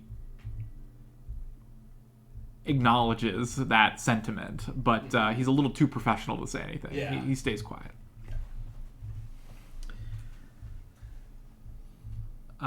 He lets you pass, and he says, "If you have any questions, you know where to find us." Yeah. We'll head over to that stone structure that you pointed out. So, you walk into Drellin's Ferry. You find that the town is pretty small, a couple dozen buildings surrounding a sort of central green, built right on the banks of the river. The river's probably 400 or 500 feet across, so not something you'd be wanting to swim with all your gear across, and looks far too deep to wade through. So you understand why they've relied on these ferries. The huge river. Yeah, it's big. The Elsier is a really big That's river. like almost 2 football fields wide. Yeah. This probably isn't even the widest part of it. It is. Wouldn't build, It is wouldn't not. build a bridge at the widest part. Yeah. This is just this is a part of the river that's rather slow flowing. But yeah, despite the guard presence, the town looks to be in good spirits. You know, people are trading. People are, residents are going to and fro. You can smell baking bread on the air. You can smell, the rather less pleasant smells of cattle and pigs and other livestock. But otherwise, the town seems to be in exactly how you'd expect to see it. We will approach the old toll house, but I think, given the timing, this might be the perfect place to stop for the evening. That makes sense. Yep. Let me send you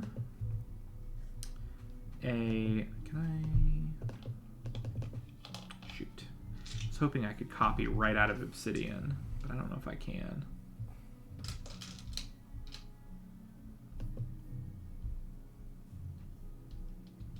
I have all my images in Obsidian.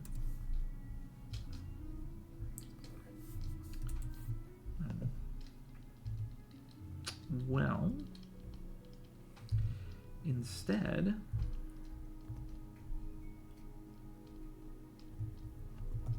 I'll leave you with a little overview of the town for you to examine until next week. And from there, you can kind of decide what you want to do here in Drellin's Ferry.